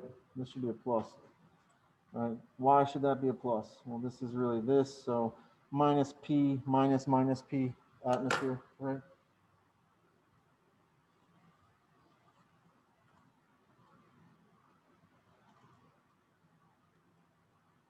This is it. This is the equation.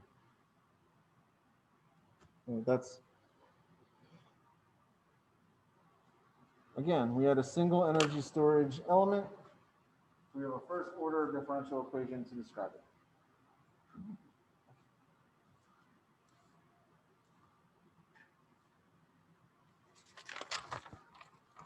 Any questions on the laminar model?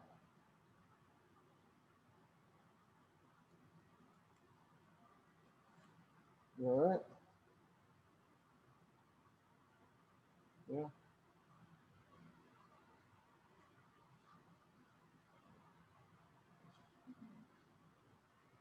All right, so that's the laminar model, right?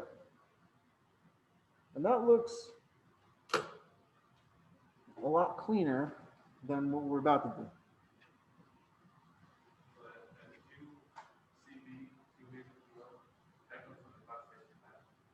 Yes. Yeah, exactly, AJ.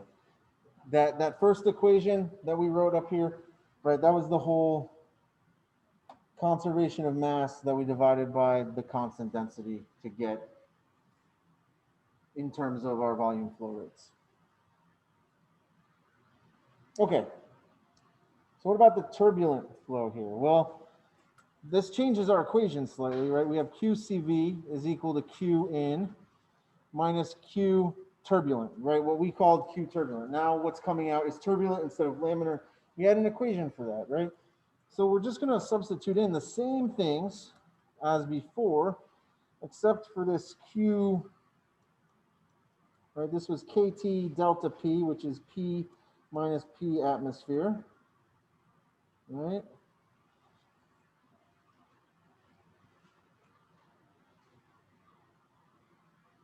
So, yeah.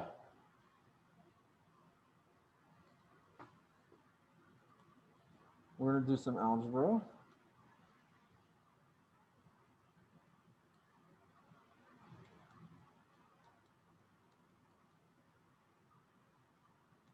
And we're going to leave this like this.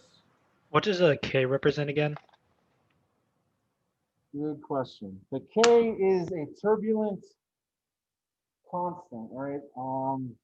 It's experimentally derived in most cases. It's just another way of us rewriting the original equation, which was R sub T times delta P over square root of delta P over delta rho, I believe. So if you go back to our turbulent, I'll do it. I'll pause this stuff so people can write it down. And then you get it back. So we all see.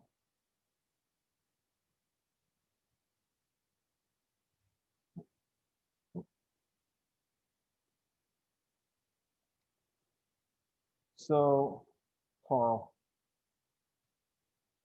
typically we have delta P is equal to RTQ squared. So it's just essentially K sub T is the square root of 1 over RT, right? We're just rewriting that resistance as a constant K sub T. This is just a consequence of rewriting our turbulence pressure drop equation as in terms of our flow rate instead.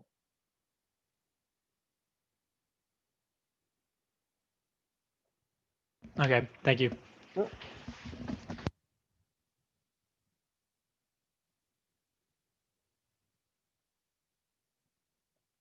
So actually, I'm gonna do a thing here. Because I'm gonna be lazy, I'm gonna do this thing. Please hold. Be with you in a second.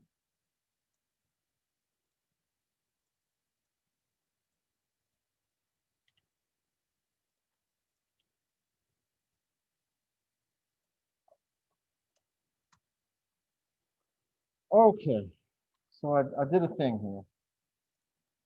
All right, so this is our model in terms of our pressure, right? This is part A and part B.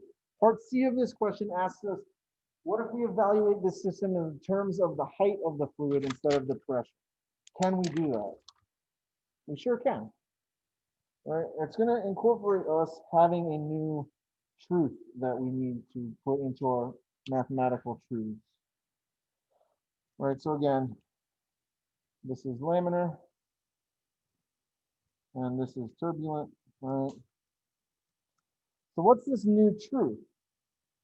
Well, remember, we need a way of relating our pressure to the height, right?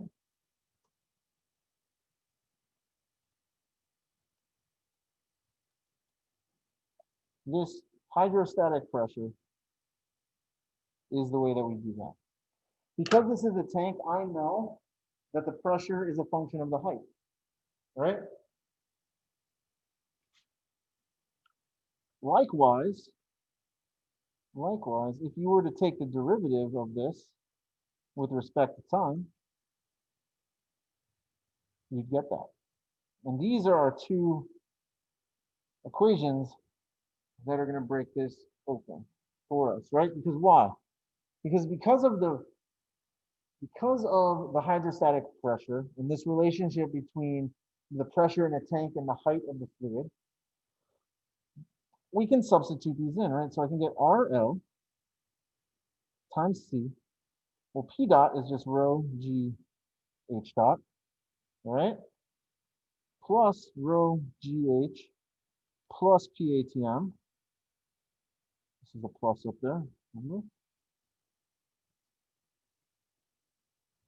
Is equal to R sub L Qn plus PATM.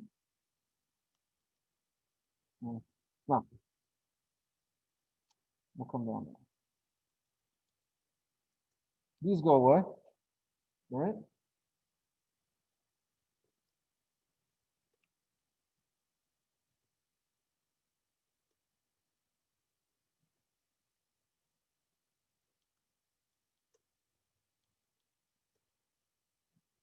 There it is, right? If you wanted to get really, really slick with this, we know that C is just the area divided by rho G, right?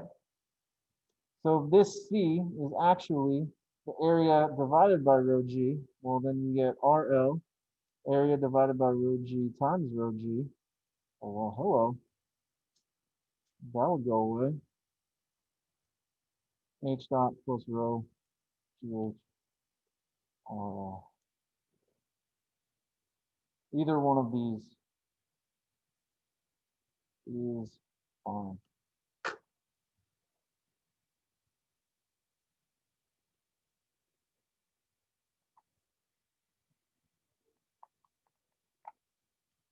So again, we're just changing the dynamic variable, right? We're taking some mathematical expression that we know to be true, and we're substituting in for P. And if we have to have something for P, then we also have to have something for P dot, right? So we do the same thing with this red box of equations here, and do the same thing for turbulent flow, which is going to get gross looking, not plus. Is it plus? Yes, that should be plus. Not minus.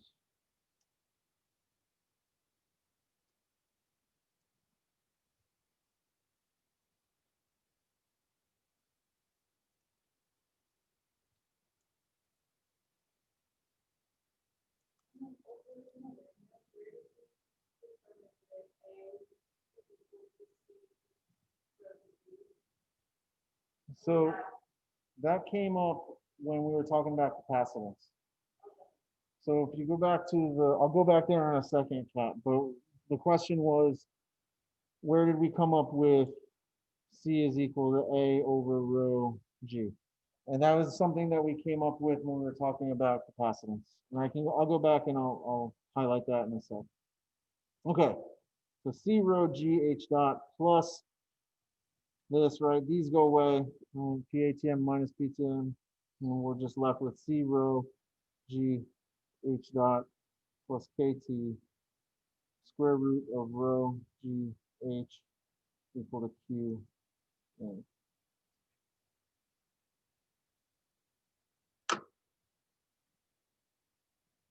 And that's where we leave it.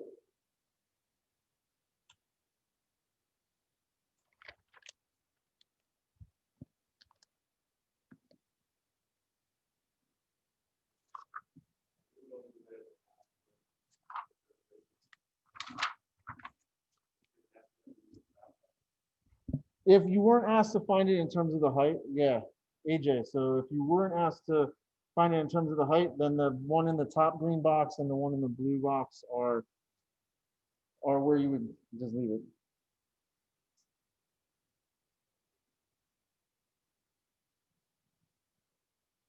All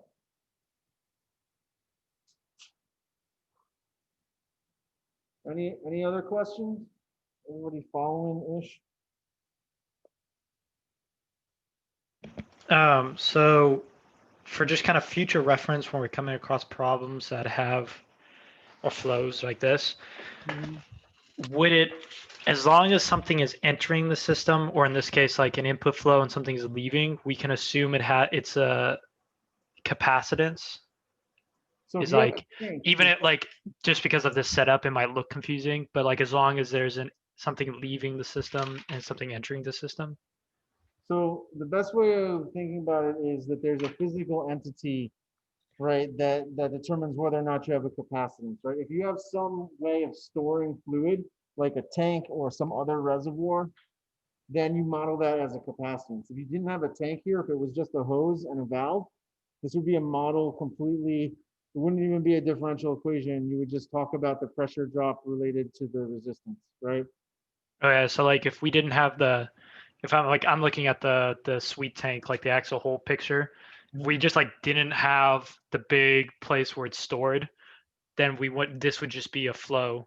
Like it wouldn't be considered a capacitance. Correct. Okay. Yeah. Okay then. Thank you. Sure. Yeah, so in order for us to have a capacitance in our system, we need to have a tank, right? That is the only way in a fluid system in which we would have a tank or some other reservoir, right?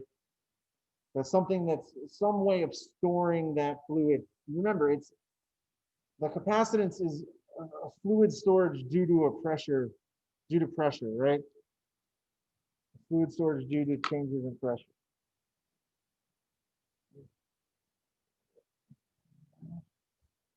All right, any other questions?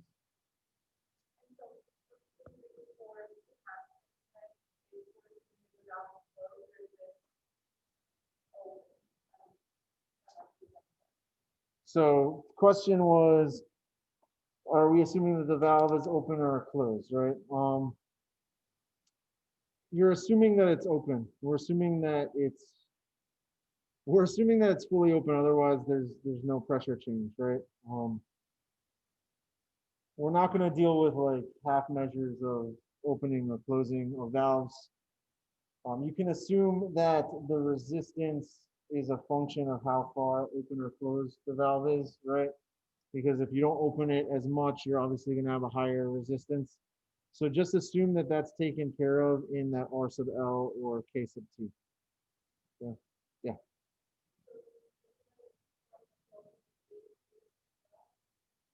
I'm sorry, say it one more time.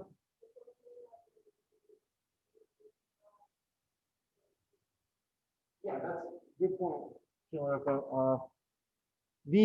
So the question was, could we rewrite this in terms of, using, can we rewrite this turbulent equation using this, right?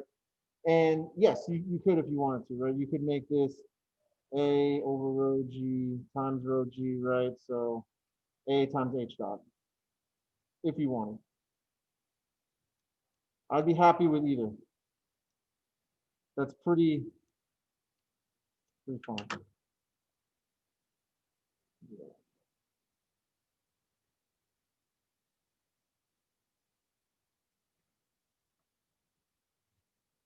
It's a great question, James. I honestly, having never taught transport here, I'm not really sure what goes on in there. I've heard stories. I would say the way that you would typically model something in the transport class is different than this, because you're probably going to start with like a Navier-Stokes equation or something else. This is closer to what you would have done in thermo, right? With talking about mass flow rates and energy, conservation of energy when we get to thermal systems, right? So this is like a little bit, it's a little different than what's done in the transport class, I think. If you want reference, the only thing the importance that you really needed to learn was the key difference of the problem solving when you do laminar and turbulence. So like what we just did now. There wasn't it went into like other small things, but probably not what we'd be using. Okay. So cool. All right. Any other questions? Yeah.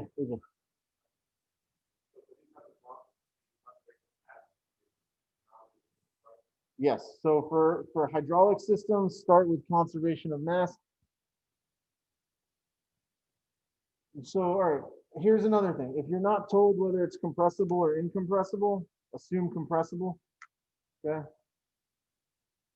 Assume compressible. If it's incompressible, there's some other things that we have to do, but we'll talk about those.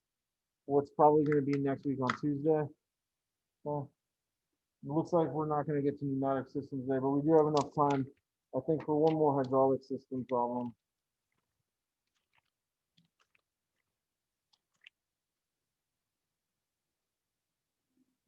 Any other questions?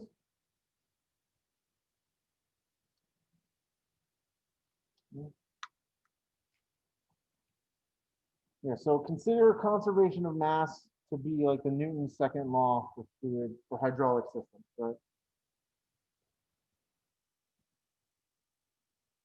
And so let's talk about how we model hydromechanical systems. So that previous system was completely fluidic, right? It was completely hydraulic. It was just a flow filling up the tank and then going through this pipe, right? But what if we want to do some usable work with our hydraulic system? Like, like maybe drive a piston with our hydraulic system, right? How would we model that? Well, take a look at this. This is a piston cylinder, right?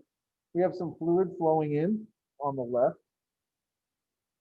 We're using the control volume as the inside of the piston, right?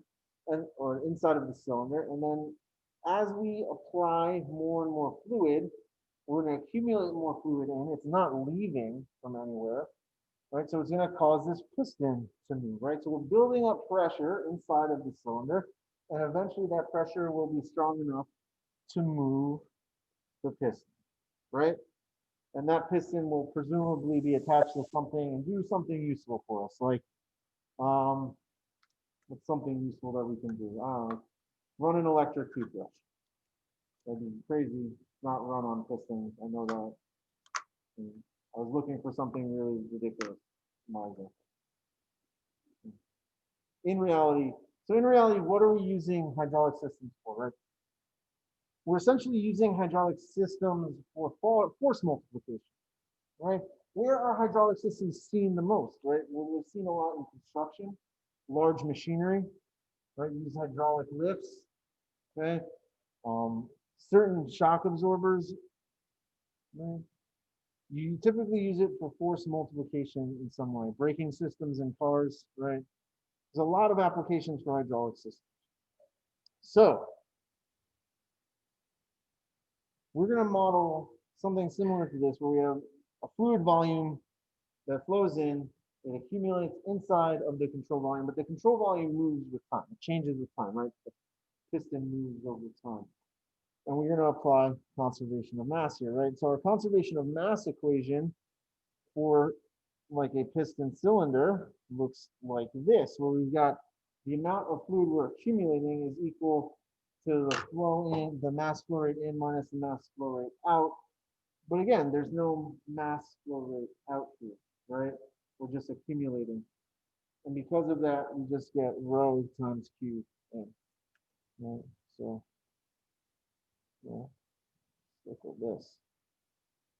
M dot CV equals rho times Q in, right? Or we divide both sides by rho, and we get back to our volume flow rate in is equal to the volume that we're accumulating, right? It makes some sense, right? You would. All right, so this is a single cylinder, right? Fluid flows to one side of the piston, a single acting cylinder. The time rate of change of fluid density is given as rho dot. Rho dot is 0 dt, but we can use the chain rule, right? We can say d rho dp times dp dt, which gives us rho over beta, right? There's our bulk modulus again, times p dot. So we can come up with an expression, and we can come up with an expression for the pressure drop in terms of our bulk modulus of the fluid.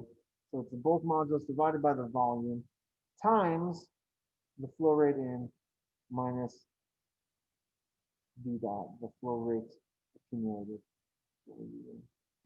This Is V dot in this just the flow rate out, or are we supposed how much to? accumulating in the cylinder. It's QCV.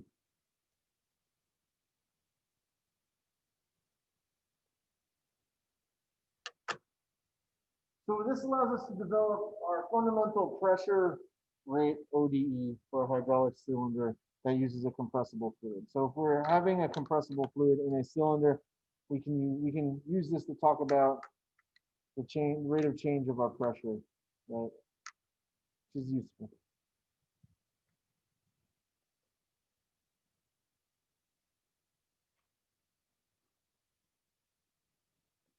So we'll try this problem, and then we'll be done for the day, right? So we have a simple hydraulic actuator with an input flow rate Q in to a cylinder and piston connected to the load mass. And we want to derive a mathematical model for this hydromechanical system, right? So it's hydromechanical. It's got a hydraulic portion and it's got a mechanical portion, right? So how do we go about this? Well, we need some diagrams, right? So first off, let's do our fluid diagram here. Our fluid system. I'm going to go ahead and draw this out like this.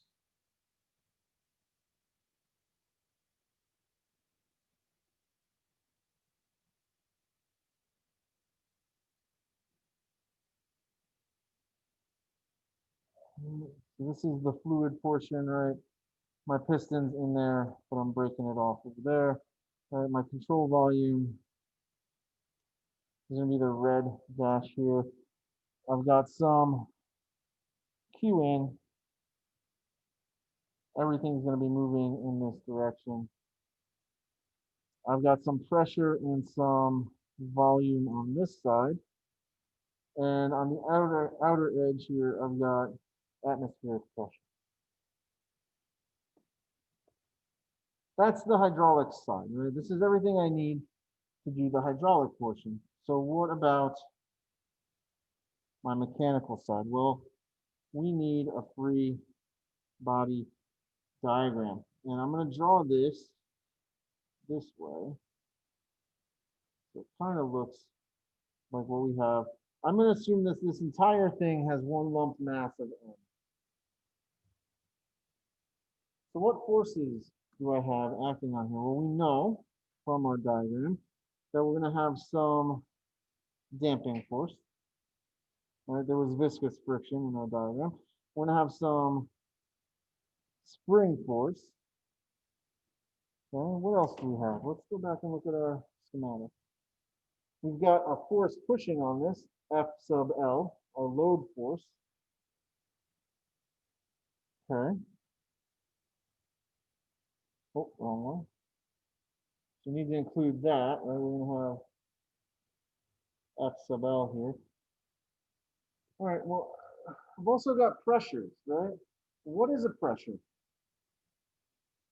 By definition, how do you find the pressure?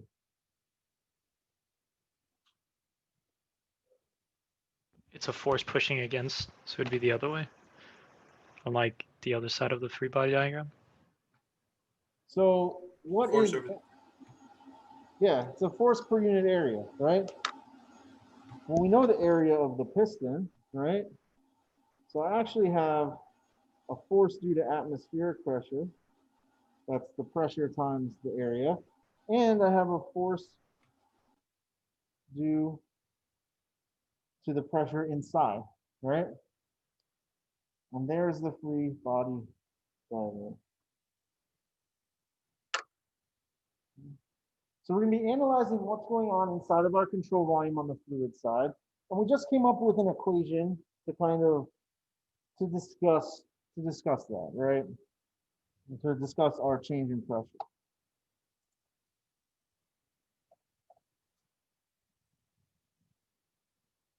Cody, Q in is a volume flow rate in, right? And that is what's creating the pressure inside of the cylinder, right? So yes, we do, and it's that pressure times the area.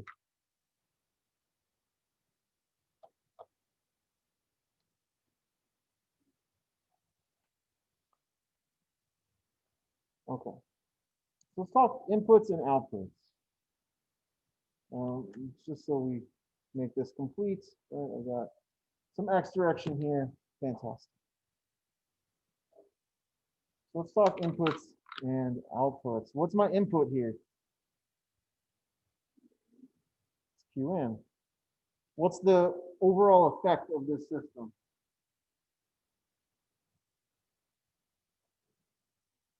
I thought.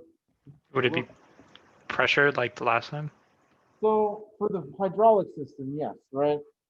But what is the overall, like, so you get some Q in and you get some pressure out. Oh, right? would it be the change at X, position X? Exactly. It's that distance that we're moving, right? Exactly, guys. Exactly. Right. So remember, this is our global, right? These guys. And if we're looking at just the hydraulic system, this is my input-output pair. And if we're looking just at the mechanical system, I have some pressure that's being input and I get a position out. But overall, I put in some flow rate and I get some movement, right? That's where we're looking. Say that one more time. No, they're the same. These P's that are here for in and out, they're the same pressure, right? It's just that if you think about it this way, right? If we're looking just at the hydraulic system, you have Q in, and P out. That same pressure that we're developing inside of the cylinder is what's driving the motion, right? So it's the same pressure.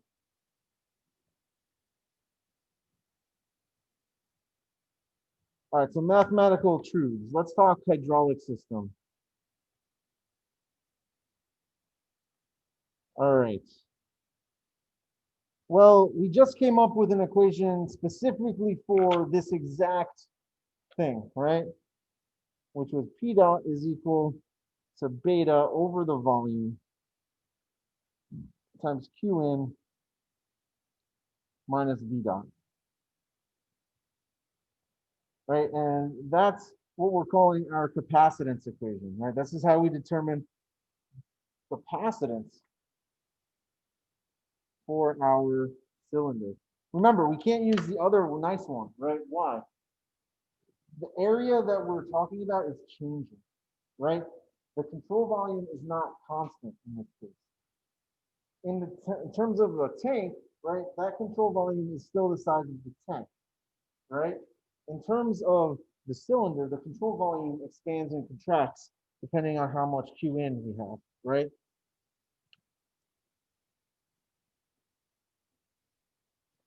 And Also- just confirming the V dot in this equation is the QCV. Yes, it's how much is being accumulated inside of the tank.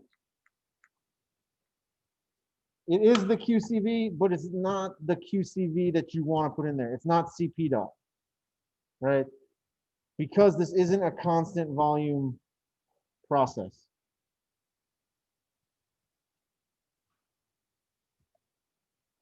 So would it be best to just leave it as Q, or what kind of notation would be Q or V dot, either one, that's fine. This is going to lead us to needing an expression for V, for what is the volume inside of my tank and how is it changing? So what is volume, right? Well, in this case, the cross section looks kind of rectangular, right? So it should be A times X. We're going to use A times X, right? How does our volume change? It's the area, right? It's the area, that cross-sectional area, whether it's circular, triangular, rectangular, whatever it is, times that changing distance, right? Which is X. But that piston didn't start all the way at the end, right? There's some initial volume that's in there, V naught. So we can describe our volume as V naught plus VAX, right? So whatever my initial volume of space was, it could be 0, right? It could be fully collapsed when we start, plus A times X. And if you take the derivative of this, you'll get AX dot.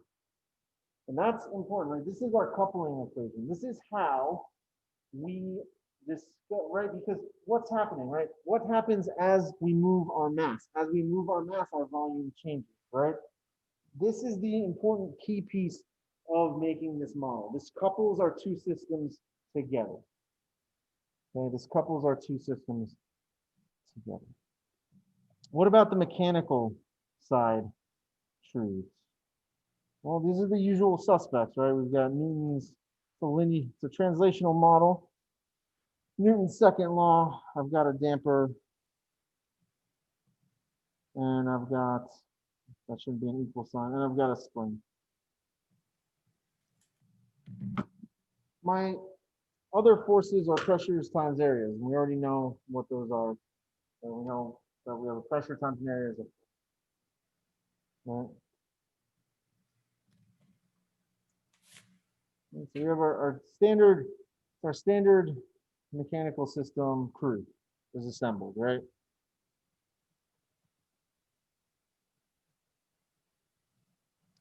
So how do we play around with this? What do we do for our reduction? Okay. Let's look at this hydraulic system. We'll stick with the hydraulics right now. For the hydraulic system, right, we're going to start with that equation. We've got P dot is equal to beta over V times Q in minus V dot. Well, we just came up with expressions for V and V dot, so we're going to plug those in. P dot is equal to beta over V naught plus A times X times Q in minus A X dot.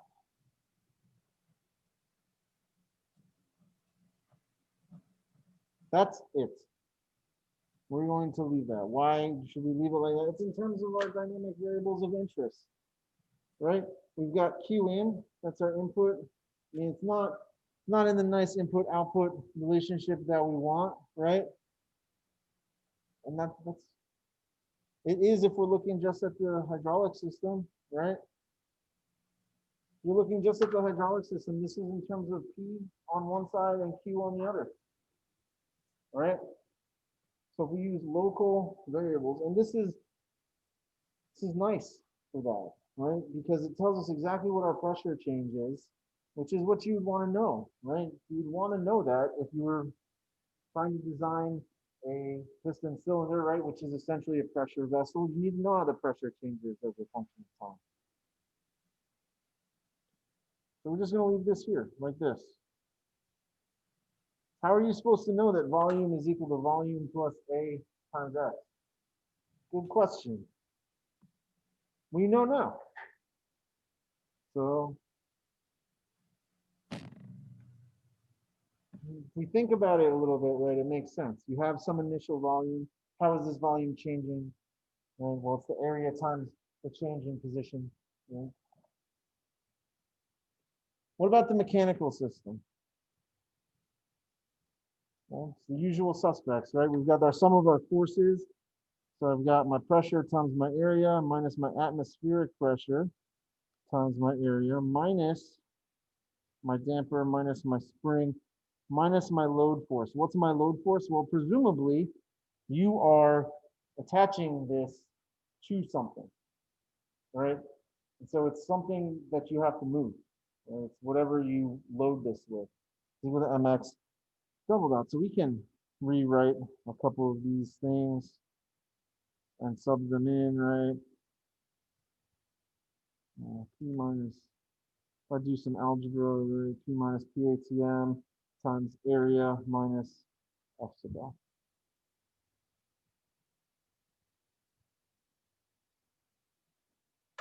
Equation 2.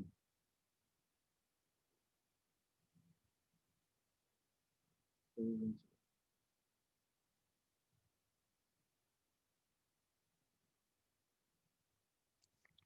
What order system is this?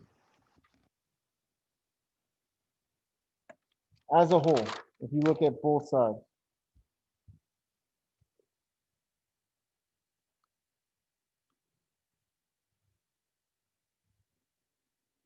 Zach, I'm the one asking the questions here, not you. But yes, you're right. It's third order, right? We've got a second order equation here and a first order equation, right? If we wanted to write this, right? If we were going to substitute one into the other, we would find that we would end up with a third order overall system. We're not going to do that though. Don't do that. Don't waste your time on the homework doing that. Leave it like this. Done. You have two coupled ordinary differential equations. Leave it. Certainly don't waste your time on exams trying to do that. Okay. Next class, we'll get into pneumatic systems and thermal systems. But we are done. Does anybody have any questions on? Anybody have any questions right now? The, I guess, truths, mathematical truths associated with these are on the master sheet. So for this one, the way that we came up with that P dot equation was through a derivation based off of conservation of mass. So you're going to see, especially when we get to pneumatic systems, a lot of this is, yes, we're going to use conservation of mass, but the way that we present the equations is already going to be derived in such a way that we don't have to worry about writing conservation of mass. The element equations are going to start coming from conservation of mass. So is that a yes, they're on the master sheet, or we're just going to have to internalize them and reproduce them on the exam? So all of these equations are on the master sheet. All of them.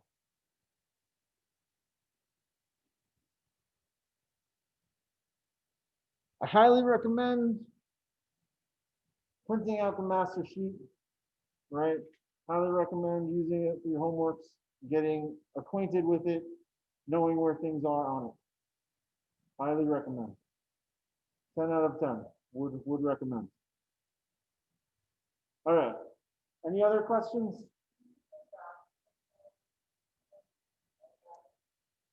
Go back a slide. To which one? The one right before this one? All right, give me one second.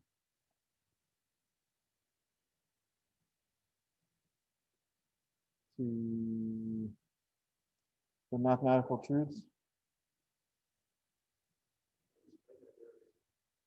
What, the hydraulic system one?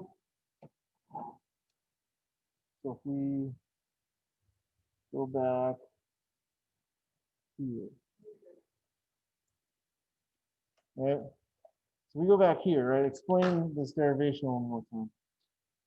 So it comes from a couple things. First of all, we know that the time rate of fluid density change, right? Time rate of change of our fluid density is rho dot. And rho dot is d rho dt, but we rewrite that using the chain rule as d rho dp dp dt. So we end up with rho over beta p dot. Well, if we plug that in to our, if we plug that into conservation of mass, right? That's where we get our derivation from, right? So V dot is QCV, but the reason we write it as V dot is so we don't get confused that it is actually a constant control volume, right? It is, we need to remember that it's changing with time.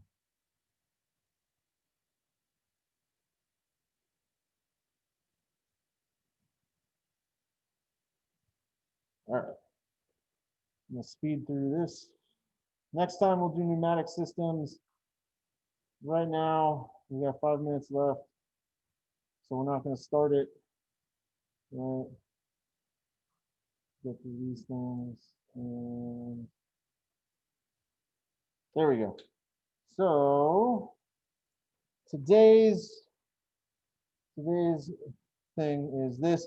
You're gonna settle a debate for Dr. Staggs and I. Who will make a better supervillain? You can be honest. Wait, how would you? Are we assuming that you are A and he is B? Yes, that is. Look, he made his own thing, right? I didn't make that one.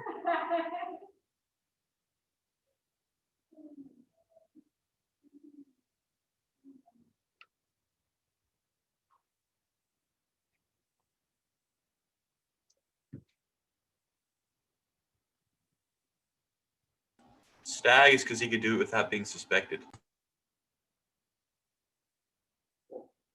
Hint, hint, we already suspect you. Loud and got it. Loud and clear. All right. Couple more. We'll give another few seconds on this one. And then okay, so how we doing? How we doing? Be honest. Remember, office hours not today, but tomorrow, 3 to 5. Please come. Please come to office hours. Still working on mind reading. It's not going well, so you guys gotta let me know.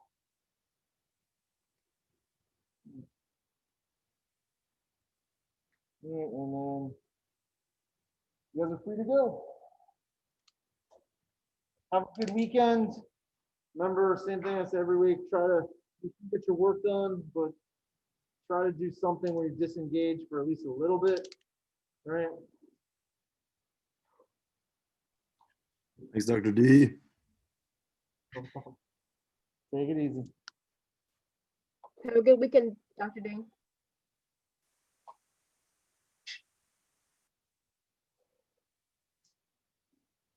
So Dr. D, so on exam day, so would you want, I'm trying to like move my camera here.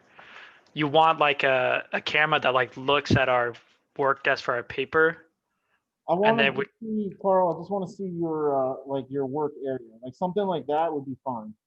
Okay. I don't want to see what you're writing. I just want to make sure that there's no extra stuff, like nothing other than a computer and your master sheet and your papers that you're writing on, right?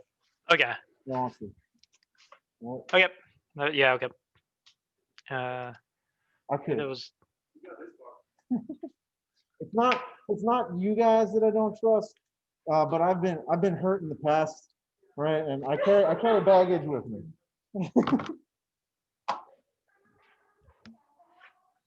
No, sorry if I wasn't as talkative on Tuesday. I was getting used to the new time zone, so I was super tired. But yeah, okay. If I have any questions, I'll ask for a Zoom meeting or something. Okay. Have a nice weekend. You too.